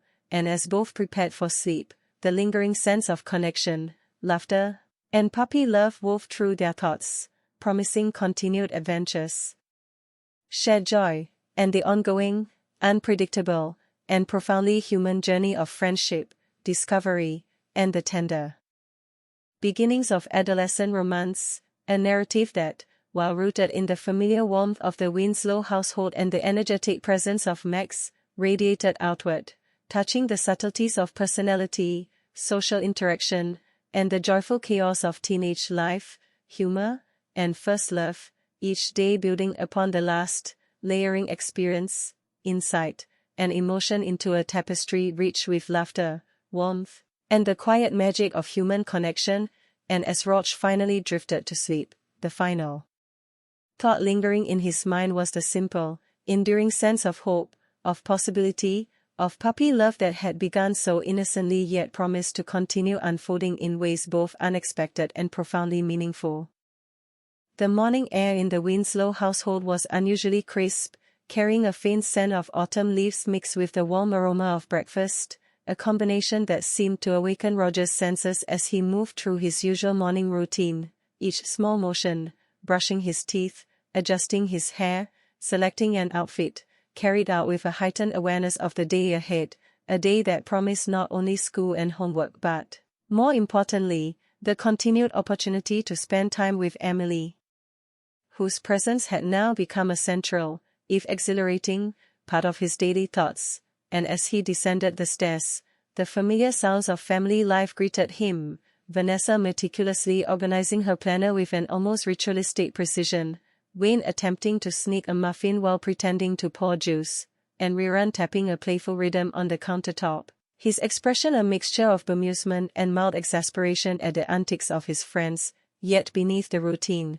Roger's mind was a whirlwind of anticipation, rehearsed conversation lines, and imagined scenarios, each more elaborate than the last, attempting to predict Emily's responses, plan moments of humor, and subtly convey interest without appearing overzealous. And as breakfast concluded, he felt a mixture of nervous excitement and strategic calculation, attempting to gauge how best to approach Emily during the day, balancing spontaneity with thoughtful attentiveness, a tightrope walk that had become increasingly familiar, yet no less thrilling. And once the family departed for school, the streets themselves seemed imbued with an added layer of possibility, the usual urban symphony of car engines, distant sirens, and pedestrian chatter now accompanied by a heightened sense of awareness, every glance down a sidewalk, every passerby, every flash of sunlight reflecting off a car window, seemingly intertwined with the anticipation of encountering Emily, the school itself a stage for the unfolding drama of adolescence, laughter, friendship, and the subtle, exhilarating dance of first love. And as Roche navigated the crowded hallways, lockers clanging and students exchanging hurried greetings, his attention inevitably found Emily, who was laughing with friends near her locker, hair catching the light in a way that made every movement seem deliberate and radiant. And in that brief, electric moment of recognition, time appeared to slow, mundane surroundings fading as the potential for interaction drew him forward, and with a deep breath, he approached, offering a casual yet friendly, "Hey, morning," careful to mask the racing heartbeat in his chest. And Emily, recognizing both the effort and the warmth in his tone, smiled and replied, "Morning, Rog." Ready for another adventure? The playful question evoking a ripple of excitement and relief, allowing him to respond with practiced ease and genuine curiosity. Always. Did Max behave himself this morning? Her laugh at the mention of the dog, warm and genuine, cascading through his thoughts, immediately easing the tension, and as they walked together toward first period, their conversation flowed naturally from light teasing to shared observations, humorous commentary on minor school events, and occasional confessions that hinted at deeper personality traits and experiences. Each interaction reinforcing connection, empathy, and the subtle rhythm of mutual understanding, while Dwayne and Riran maintained a careful balance between humor, minor interference, and supportive guidance, their presence stabilizing the energetic dynamics and providing both comic relief and practical advice. And as the morning unfolded, these small but significant interactions continued, whispered jokes during class projects, shared notes, empathetic responses to minor frustrations, each act reinforcing familiarity and trust, a delicate choreography of attention, attentiveness, and playful exploration. And when lunchtime arrived, the familiar green space near the park was once again chosen as the site of shared experience. Max, bounding ahead with his usual exuberance, eliciting laughter and playful participation from both Rog and Emily, while Dwayne and Riran followed at a slight distance, offering humor and occasional guidance, the group forming a microcosm of friendship, trust, and playful adventure. And as the afternoon stretched on, conversations evolved from casual banter to more personal territory, discussions of favorite books, music, neighborhood adventures, and even minor fears or embarrassing moments, each disclosure layered with subtle cues of trust and mutual interest, the delicate dance of adolescent interaction unfolding naturally amidst the playful chaos of Max chasing frisbees and sticks, tumbling through grass, and nudging both Rog and Emily for attention, a living symbol of joy, spontaneity, and emotional connection. And as the sun moved across the sky, casting shadows that danced along the park pathways, the group meandered through the park, benches, and open lawns providing spots for rest, conversation, and occasional mischief, the energy flowing between laughter, teasing, minor competitions, and quiet moments of reflection, each interaction building rapport, comfort, and subtle affection, while the overarching presence of Dwayne and Riran ensured that the group dynamic remained balanced, playful, and grounded, providing both guidance and comic relief as needed. And as the afternoon waned toward evening, the reluctance to depart became palpable, the shared experiences, laughter, and emerging feelings forming an invisible bond that made parting feel premature, yet inevitable as the natural rhythms of time dictated. Max, exhausted yet content, resting at their feet and occasionally nudging for a final ear scratch, serving as a living emblem of the joy and unpredictability of connection. And as they walked home together, the streets bathed in the warm glow of late afternoon, Rog reflected on the delicate yet powerful threads that had begun to form between him and Emily, each smile, shared joke, and attentive gesture acting as building blocks of a growing, tender relationship, while Dwayne's occasional commentary offered humorous relief and encouragement, and Riran's quiet wisdom reminded him to remain genuine and observant, balancing excitement with care. And as the Winslow household came into view, the familiar sights of home provided a comforting anchor after the day's dynamic interactions, the rhythmic routine of family life offering grounding and a space for reflection, allowing Roch to process the nuances of attention, humor, empathy, and social interaction, internalizing lessons about connection, authenticity, and the subtle artistry of cultivating trust and interest, while Emily, in her own space, similarly reflected on the ease, joy, and playful authenticity she had experienced with Roch, recognizing the balance he maintained between charm, attentiveness, humor, and genuine curiosity, qualities that made their interactions feel meaningful and invigorating. And as night settled over Los Angeles, the rhythmic cadence of the Winslow household, homework, meals, conversations, and quiet reflection, provided a stabilizing backdrop for Roger's thoughts, allowing the mental and emotional energy of the day to be processed, appreciated, and stored, a foundation upon which future interactions could build. The lessons learned interwoven with the excitement and hope of budding connection, and as both prepared for sleep, the lingering sense of puppy love, mutual curiosity, and shared joy wove quietly through their thoughts, promising continued laughter, discovery, and the evolving, unpredictable, and profoundly human journey of friendship, affection, and the tender beginnings of adolescent romance, the narrative of each day layering upon the last, rich with humor, warmth, growth, and the subtle yet powerful magic of connection. A tapestry framed by the familiar presence of the Winslow household, the enduring energy of Max, and the laughter, attention, and human warmth that defined the early chapters of love, friendship, and youthful adventure. And as Roch finally drifted into sleep, the final lingering thought was a mixture of hope, anticipation, and the quiet thrill of knowing that each new day held the potential for discovery, connection, and the ongoing, heartwarming unpredictability of puppy love, a narrative that promised to continue unfolding with humor, depth, and the tender resonance of human connection. The morning arrived with a chill that hinted at the approaching winter, crisp air seeping through the windows of the Winslow household, rustling curtains, and adding a spark of energy to the routine as Roch awoke with a mix of nervous anticipation and excitement, his mind immediately returning to Emily, the park, and the subtle, fluttering feelings that had now begun to root themselves firmly in his consciousness. Each small action of getting ready, brushing teeth, combing hair, selecting clothes, felt charged with a new sense of purpose, the usual mundane tasks now colored with a heightened awareness of the day's potential, and as he descended the stairs, the familiar sounds and smells of breakfast greeted him, Vanessa meticulously organizing her planner, Wayne attempting to sneak an extra pancake while feigning innocence, and Riran tapping out a rhythmic pattern on the countertop, all part of the orchestra of family life that provided both comfort and gentle distraction from the storm of adolescent emotion that churned within him. Yet no amount of routine could diminish the excitement of the day ahead, and as he approached the kitchen table, Wayne's teasing broke the tension. "Hey, puppy eyes.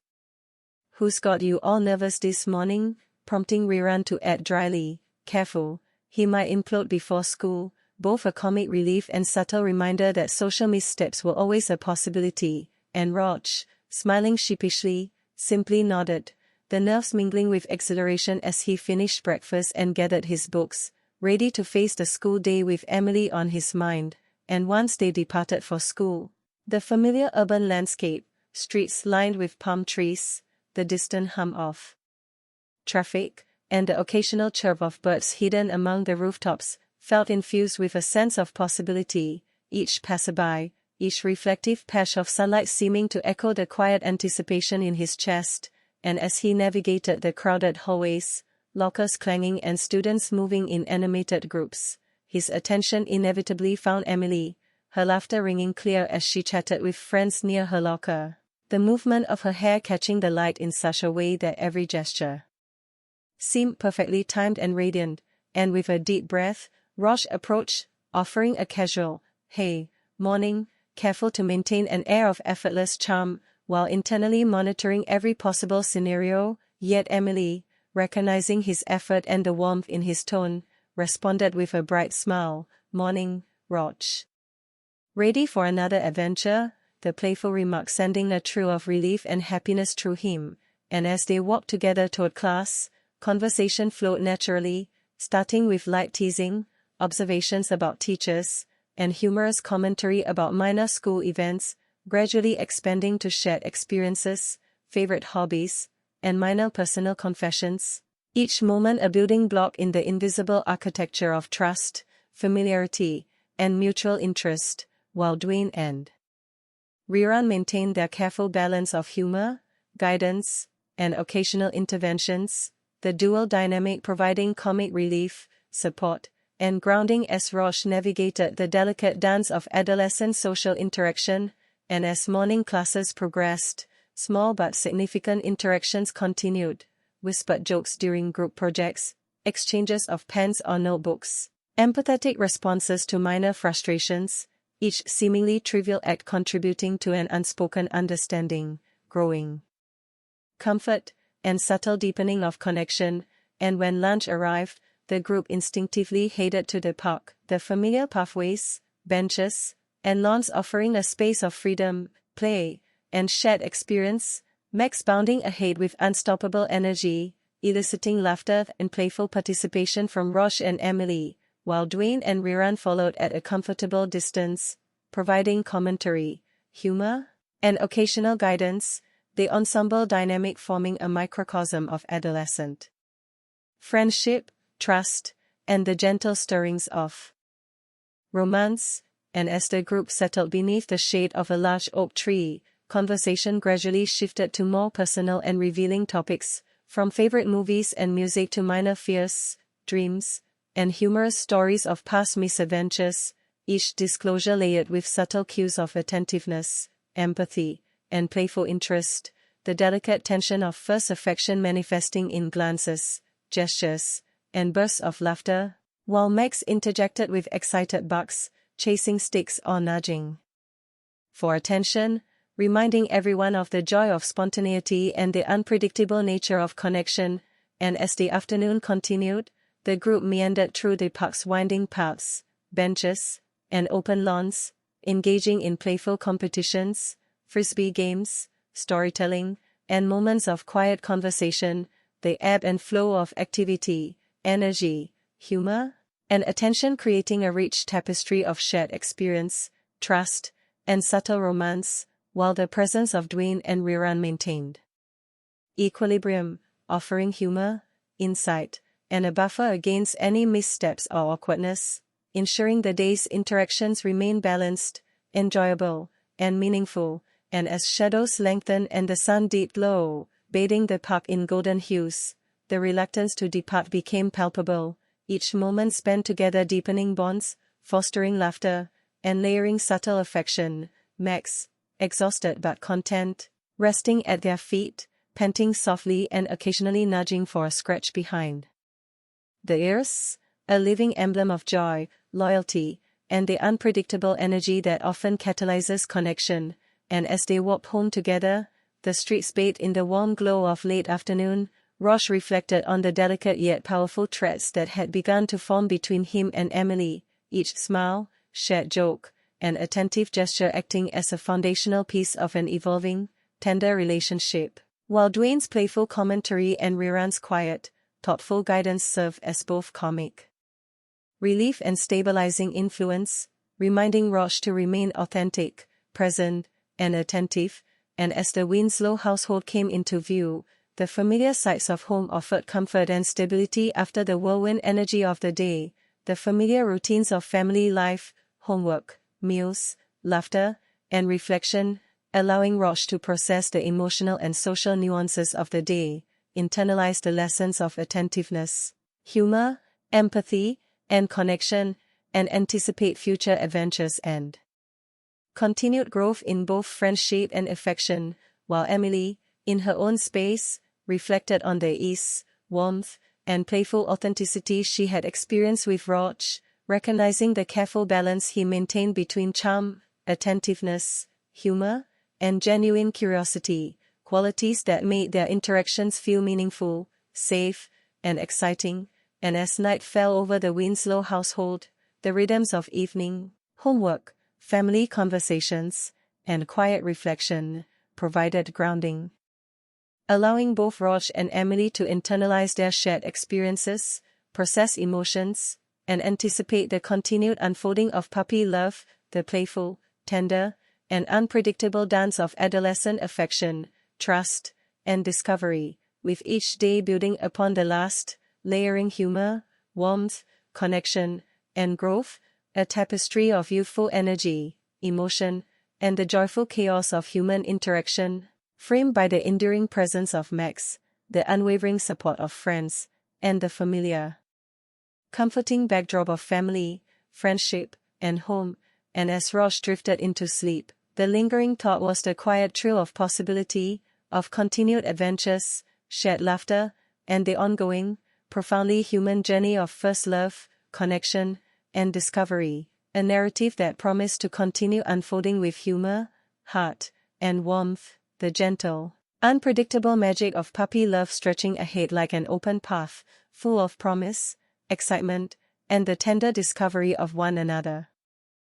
The morning light filtered through the blinds of the Winslow household with a softness that suggested both warmth and the quiet excitement of possibility, and Roch awoke feeling a peculiar blend of anticipation and calm, the events of the previous days replaying in his mind with a clarity that made each moment seem vivid, almost tangible. From Emily's easy smile to Max's boundless energy and the playful banter that had become a steady rhythm of his mornings, and as he moved through the familiar motions of his routine, brushing teeth, combing hair, choosing an outfit, he felt the subtle charge of nervous excitement, the kind that makes ordinary gestures seem fraught with meaning, and as he descended the stairs, the familiar smells of breakfast, scrambled eggs, toast, faint coffee, greeted him like a comforting prelude to the day ahead, while the usual family chaos played out around him. Vanessa carefully planning her schedule with obsessive attention, Wayne attempting to stealthily pocket a cinnamon roll or two, and Riran tapping a rhythmic pattern on the countertop, a mixture of amusement and exasperation in his expression, all the while serving as the grounding presence for Roch as he navigated his thoughts, a swirl of emotions centered on Emily, anticipation, and the subtle strategies of adolescent social interaction, and as breakfast concluded, Wayne leaned in with a grin, teasing, "Puppy eyes again? Who's got you so distracted?" While Riran added, dryly, "Careful, he might overanalyze every word she says and implode in the hallway," comments that elicited a chuckle from Roch and a flutter of nervous excitement, the mix of humor and guidance offering both relief and gentle pressure. And once they left for school, the city streets themselves seemed alive, each patch of sunlight reflecting off a car, each distant voice, each rhythmic footstep echoing the undercurrent of anticipation. And as Roch navigated the bustling hallways, lockers clanging and students exchanging greetings, his attention inevitably found Emily, who was chatting animatedly with a friend, laughter spilling into the corridor like music, the subtle motion of her hair catching light in a way that made every gesture feel purposeful, radiant, and electric, and with a deep breath, he approached, offering a simple, "Hey, morning," careful to balance casual charm with genuine warmth, while Emily, recognizing both his effort and sincerity, smiled brightly and replied, "Morning, Roch." Ready for another adventure, the playful tone sending a thrill of relief through him and allowing him to respond with a light-hearted, "Always." "Did Max wake you up this morning, too?" eliciting laughter that rippled through the hallway and eased the tension, setting the tone for their day together. And as they walked toward first period, conversation flowed seamlessly from light teasing to reflections on school life, minor misadventures, and humorous observations, gradually touching on shared interests, favorite music, and personal anecdotes. Each interaction reinforcing familiarity, trust, and the subtle pulse of attraction. Wow. Dwayne and Riran maintained a careful balance of humor, commentary, and guidance, their presence stabilizing the dynamic and providing both comic relief and practical insight. And as classes progressed, small but meaningful interactions continued, whispered jokes during assignments, exchanged notes, empathetic responses to minor frustrations, gestures that built trust and rapport while layering subtle affection. And when lunch arrived, the pub once again became the sanctuary for their shared experience, the familiar benches, shaded lawns, and winding paths providing a stage for both play and personal connection, Max bounding ahead with exuberant energy, eliciting laughter, playful competition, and gentle chaos that drew the group closer together, while Dwayne and Rerun followed at a measured distance, offering humor, guidance, and commentary, their presence a stabilizing anchor amidst the playful disorder. And as they settled beneath the shade of a large oak tree, conversations evolved from light-hearted banter to more revealing topics: favorite books, neighborhood escapades, dreams for the future, and humorous admissions of embarrassing moments, each disclosure layered with cues of attentiveness, empathy, and growing affection, the subtle tension of early romantic interest expressed in glances, smiles, and gentle teasing, while Max's enthusiastic interruptions serve as reminders of spontaneity, joy, and the unpredictable nature of social connection. And as the afternoon wore on, the group meandered through the park, balancing playful competition with moments of quiet conversation, the ebb and flow of energy, humor, and attentiveness creating a rich tapestry of shared experience, understanding, and subtle romance, while Dwayne and Rerun maintained equilibrium, providing humor, insight, and a buffer against awkwardness, ensuring interactions remain positive, meaningful, and enjoyable. And as the sun began to descend, painting the sky in golden hues that shifted gradually into soft pinks and violets, the reluctance to part was palpable, each shared experience deepening bonds, reinforcing laughter, and layering subtle affection.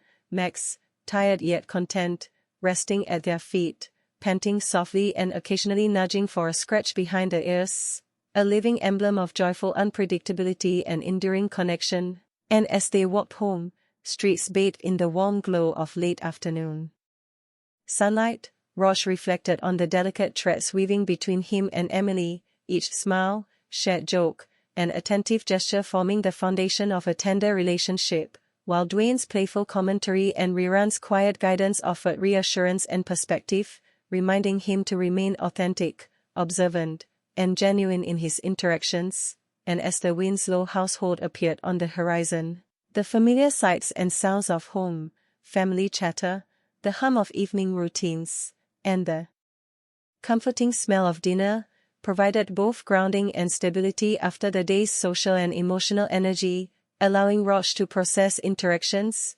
internalize lessons in attention, humor, and empathy, and anticipate future opportunities for connection and playful exploration, while Emily, in her own space, reflected on the ease, joy, and playful authenticity of her time with Roche, recognizing the balance he maintained between charm, attentiveness, humor, and genuine curiosity, qualities that made their shared moments feel meaningful, safe, and exciting.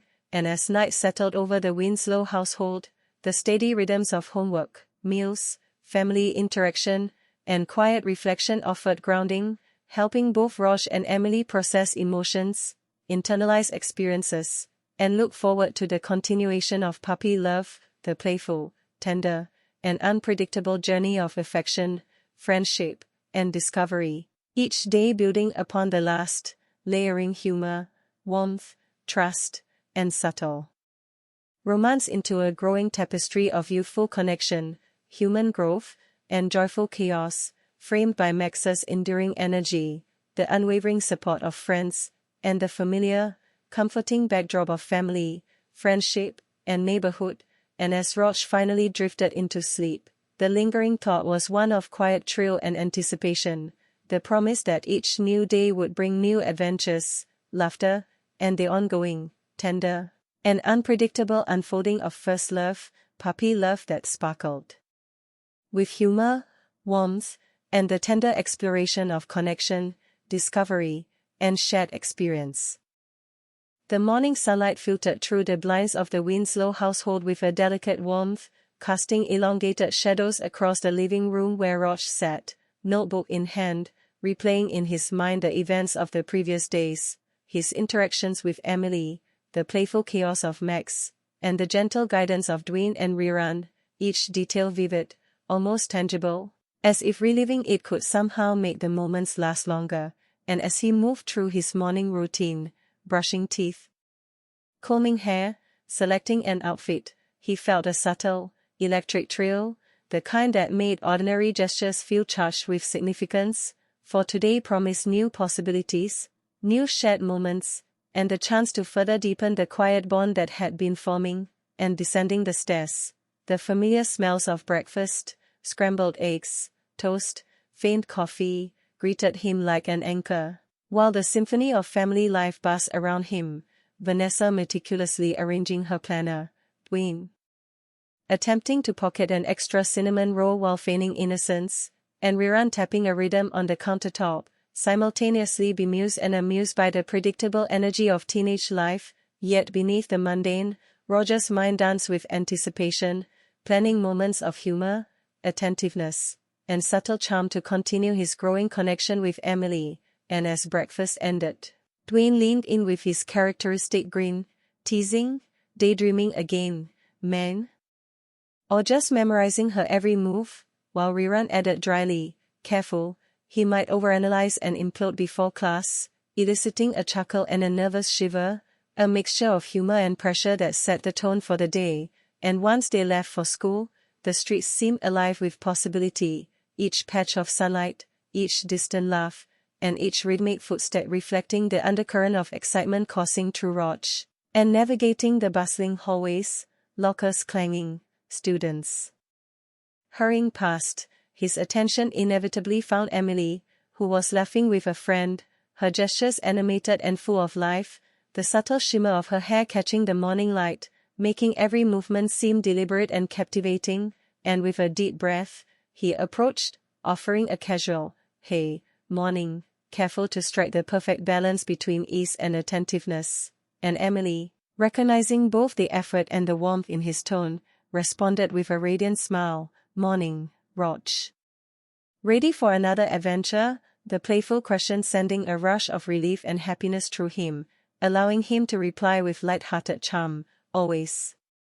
"Did Max have a morning sprint today?" Her laughter spilling like music, easing the tension and setting the tone for the interactions to follow. And as they walked to class, conversation flowed naturally, beginning with light teasing, minor school gossip, and humorous observations, gradually expanding to shared hobbies, personal stories, and even subtle confessions, each interaction layering trust, comfort, and the first sparks of affection, while Dwayne and Riran maintained a careful balance of humor, insight, and guidance, their presence both grounding and amusing, stabilizing the rhythm of the day as Roch navigated the subtle dance of adolescent connection. And throughout the morning classes, small but meaningful interactions persisted, whispered jokes during group projects, shared notes, empathetic gestures, moments of attention that solidified trust and familiarity, while each subtle exchange contributed to the invisible scaffolding of a growing bond. And when lunch arrived, the pub again became their sanctuary, the familiar pubs, shaded lawns, and benches offering the stage for playful competition, heartfelt conversation, and spontaneous joy, Max bounding ahead with uncontainable energy, eliciting laughter and playful responses from both Roch and Emily, while Dwayne and Riran followed at a comfortable distance, offering comic relief, guidance, and observations, the dynamics of friendship, support, and playful mischief blending seamlessly into the afternoon. And beneath the shade of a large oak tree, conversation deepened from light-hearted banter to personal stories, favorite books, neighborhood adventures, minor fears, and dreams for the future, each disclosure layered with attentiveness, empathy, and the subtle tension of early romantic interest, expressed in glances, gentle teasing, and bursts of laughter, while Max's playful interruptions added spontaneity and joy, reminding them that connection is often as unpredictable as it is rewarding. And as the afternoon unfolded, the group meandered through the park, balancing playful competition with quiet conversation, laughter with reflection, each action reinforcing comfort, trust, and emerging affection, while Dwayne and Riran provided stability, humor, and insight, ensuring interactions remain enjoyable, positive, and meaningful. And as shadows lengthened and the sun descended, painting the park in golden hues and soft violet shadows, the reluctance to part became tangible, each shared experience, laugh, and playful moment reinforcing bonds, deepening connection, and creating subtle romantic tension. Max resting at their feet, exhausted yet content, panting softly and occasionally nudging for attention, a living emblem of the joyous unpredictability that defies shared experience. And as they walked home together, streets bathed in the warm late afternoon light, Roche reflected on the delicate threads connecting him and Emily. Each smile, shared joke, and moment of attentiveness forming a foundation for a tender relationship, while Dwayne's commentary and Riran's quiet guidance offered reassurance and perspective, reminding him to remain authentic, present, and observant. And as the Winslow household appeared on the horizon, the familiar sights, sounds, and smells offered both grounding and comfort.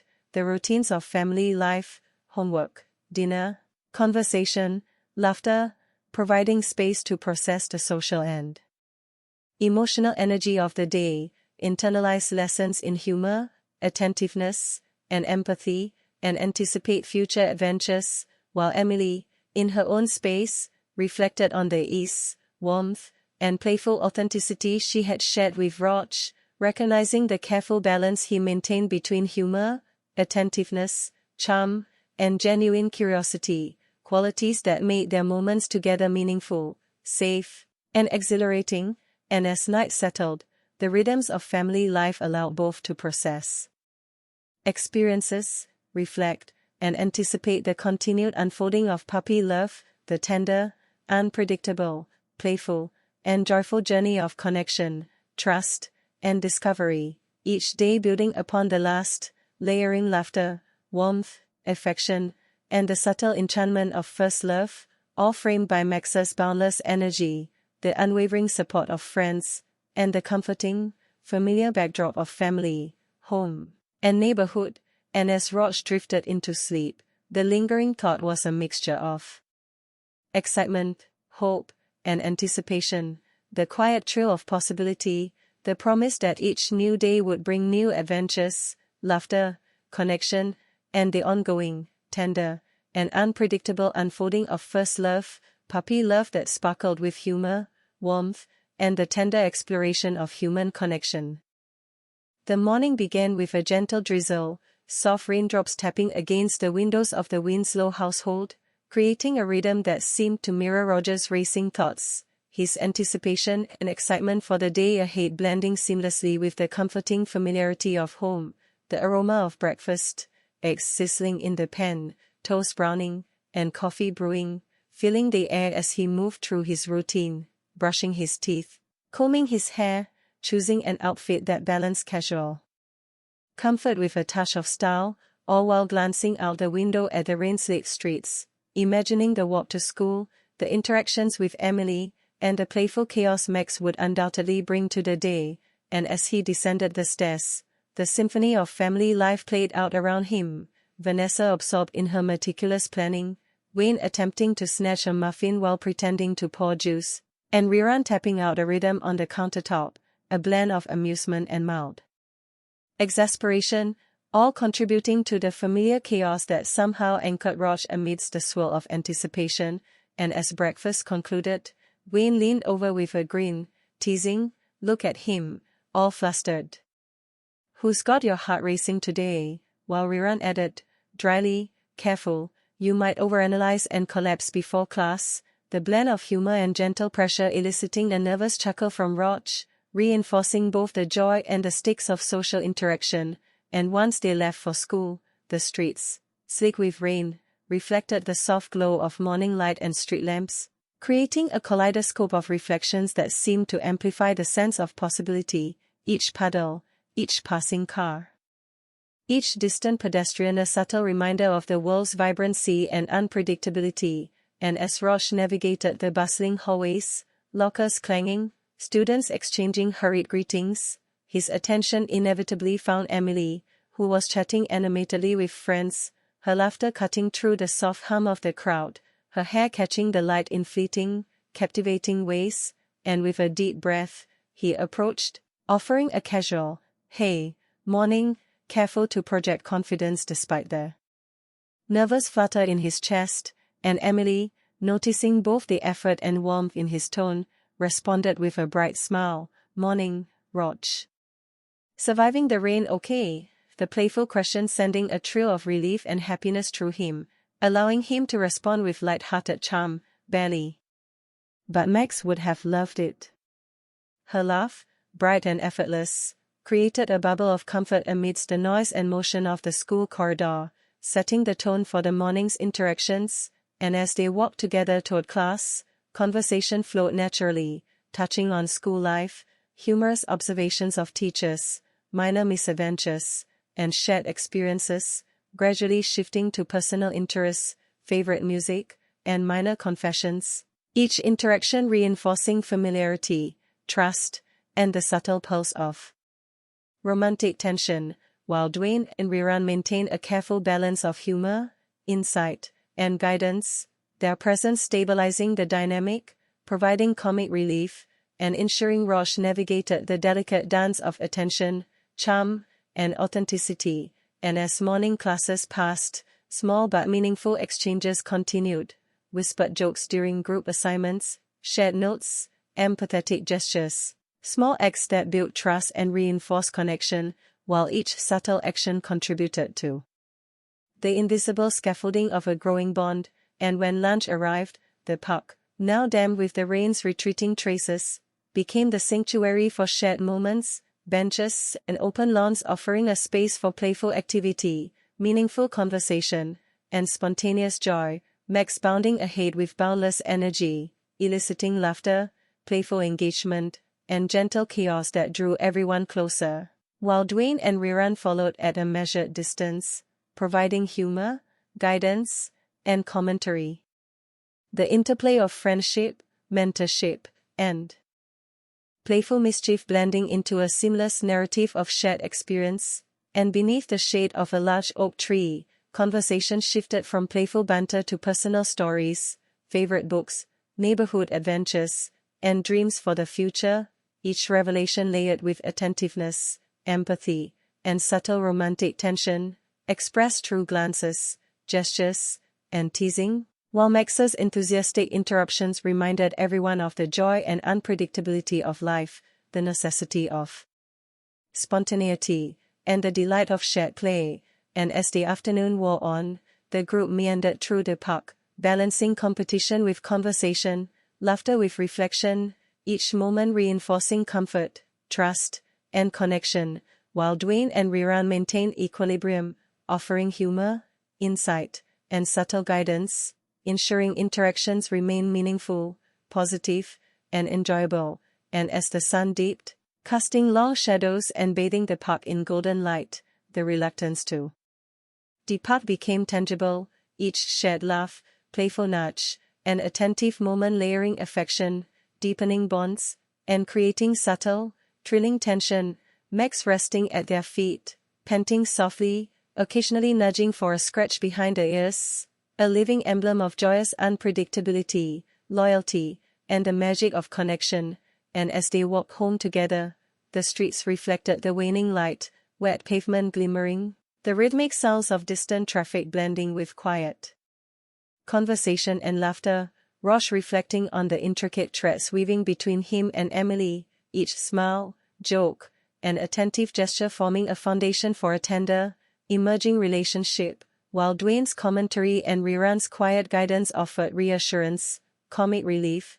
and perspective, reminding him to remain authentic, observant, and present, and as the Winslow household appeared, the familiar sights, smells, and sounds offered grounding, the evening routine, homework, dinner, family interaction, providing space to process the day's experiences, internalize lessons in attentiveness, humor, and empathy, and anticipate future adventures and continued growth in friendship and affection, while Emily, in her own space, reflected on the warmth, joy, and playful authenticity of her time with Rog, recognizing the careful balance he maintained between charm, attentiveness, humor, and genuine curiosity, qualities that made their moments together both meaningful and exhilarating.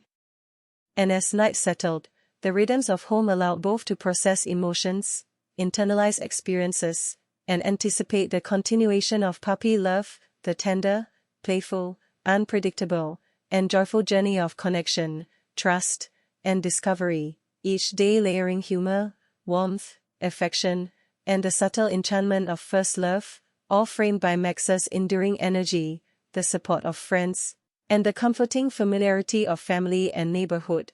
And as Roch drifted into sleep, the lingering thought was one of quiet anticipation, the thrill of possibility, the promise of new adventures, laughter, and the ongoing, tender, unpredictable unfolding of first love, puppy love that sparkled with warmth, humor, and the tender exploration of connection, discovery, and shared experience. The morning broke with a soft, golden light spilling through the blinds of the Winslow household, the familiar scent of breakfast mingling with the crisp promise of a new day, and Roch awoke with a mixture of anticipation and nervous excitement, his thoughts immediately returning to Emily, the playful chaos of Max, and the shared moments of laughter, teasing, and subtle connection that had come to define the past week.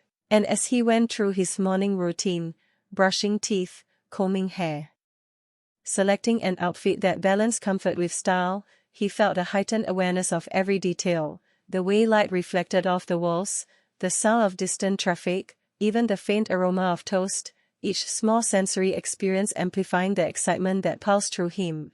And as he descended the stairs, the household buzzed with its usual rhythms, Vanessa meticulously organizing her planner, Dwayne sneakily attempting to snag an extra pancake, and Riran tapping a playful rhythm on the countertop, a mixture of amusement and mild exasperation in his expression, their presence providing both grounding and comic relief as Roch tried to manage the fluttering anticipation in his chest. And as breakfast concluded, Wayne leaned in with a grin, teasing, "So got any grand plans for Emily today?" While Riran added dryly, "Careful, one wrong move and he might implode," eliciting a nervous chuckle from Roch, who felt simultaneously supported and mildly pressured, the balance of humor and expectation adding a layer of excitement to the day. And once they left for school, the streets seemed more alive than usual, each puddle reflecting light, each passing car and pedestrian echoing the potential of a day filled with playful discovery. And as Roch navigated the bustling hallways, lockers clanging and students exchanging greetings, his attention inevitably found Emily, who was laughing with friends, her gestures animated and light, hair catching the sunlight in a way that made every moment feel illuminated, electric, and full of potential. And with a deep breath, he approached, offering a casual, "Hey, morning," careful to maintain an air of effortless charm while internally rehearsing a dozen alternate greetings. And Emily, recognizing both his effort and sincerity, smiled brightly. "Morning, Roch. Ready for another adventure?" The playful question sending a thrill of relief and happiness through him, allowing him to respond with a light-hearted, "Always." "Did Max try to sabotage your morning too?" eliciting laughter that echoed through the hallway, breaking any lingering tension and setting the tone for the morning's interactions. And as they walked to class, conversation flowed naturally from teasing observations of teachers to humorous commentary on minor school events, gradually shifting to shared hobbies, personal anecdotes, and subtle confessions, each interaction strengthening familiarity, trust, and the quietly thrilling pulse of attraction, while Dwayne and Riran maintained a careful balance of humor, insight, and guidance, stabilizing the dynamic, providing comic relief, and ensuring Roch navigated the delicate social dance of charm, attentiveness, and authenticity.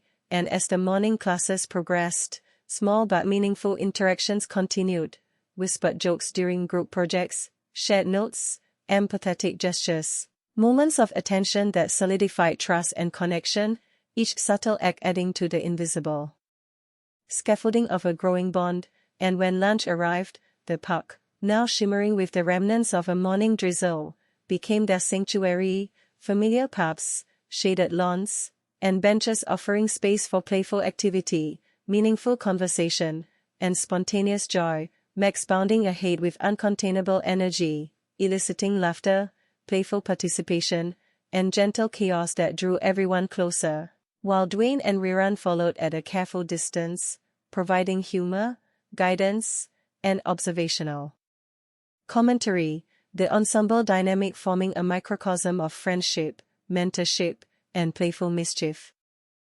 And as the group settled beneath the shade of a large oak tree, conversation gradually deepened from playful banter to personal stories, favorite books, neighborhood adventures, minor fears, and dreams for the future, each disclosure layered with attentiveness, empathy, and the subtle tension of early romantic interest, expressed through glances, gestures, and bursts of laughter, while Max's enthusiastic interruptions reminded them of spontaneity, joy, and the unpredictable nature of shared experiences. And as the afternoon progressed, the group meandered through the park, balancing playful competitions with quiet reflection, laughter with conversation, each action reinforcing comfort, trust, and emerging affection, while Dwayne and Rerun maintained equilibrium, offering humor, insight, and subtle guidance, ensuring that interactions remain meaningful, positive, and enjoyable. And as the sun began to dip, casting long shadows and painting the park in warm golden hues, the reluctance to part became palpable, each shared smile, playful nudge, and attentive gesture layering affection, deepening bonds, and creating subtle romantic tension, Max resting at their feet, panting softly, occasionally nudging for attention, a living emblem of joyous unpredictability and loyalty, and as they walked home, streets reflecting the waning sunlight, the rhythmic sounds of traffic blending with conversation and laughter, Roche reflected on the delicate threads weaving between him and Emily, each smile, joke, and act of attentiveness forming the foundation of a tender, emerging relationship, while Dwayne's playful commentary and Rerun's quiet guidance offered reassurance and perspective, reminding him to remain authentic, observant, and present. And as the Winslow household appeared, the familiar sights, sounds, and smells offered grounding, the evening routines of homework, dinner, family interaction providing space to process the day's experiences, internalize lessons in attentiveness, humor, and empathy, and anticipate future adventures and continued growth in friendship and affection, while Emily, in her own space, reflected on the warmth, joy, and playful authenticity of her time with Roch, recognizing the balance he maintained between charm, attentiveness, humor, and genuine curiosity, qualities that made their shared moments feel meaningful and safe. And as night settled, the familiar rhythms of home allowed both to process emotions, internalize experiences, and anticipate the continued unfolding of puppy love, the playful, tender, unpredictable, and joyful journey of connection, trust, and discovery, each day layering humor, warmth, affection, and the subtle enchantment of first love, all framed by Max's enduring energy, the support of friends, and the comforting familiarity of family and neighborhood. And as Roche drifted into sleep, the lingering thought was one of quiet anticipation, the thrill of possibility, the promise that each new day would bring new adventures, laughter, and the ongoing, tender, and unpredictable unfolding of first love, puppy love sparkling with humor, warmth, and the tender exploration of connection, discovery, and shared experience, ready to continue with every sunrise.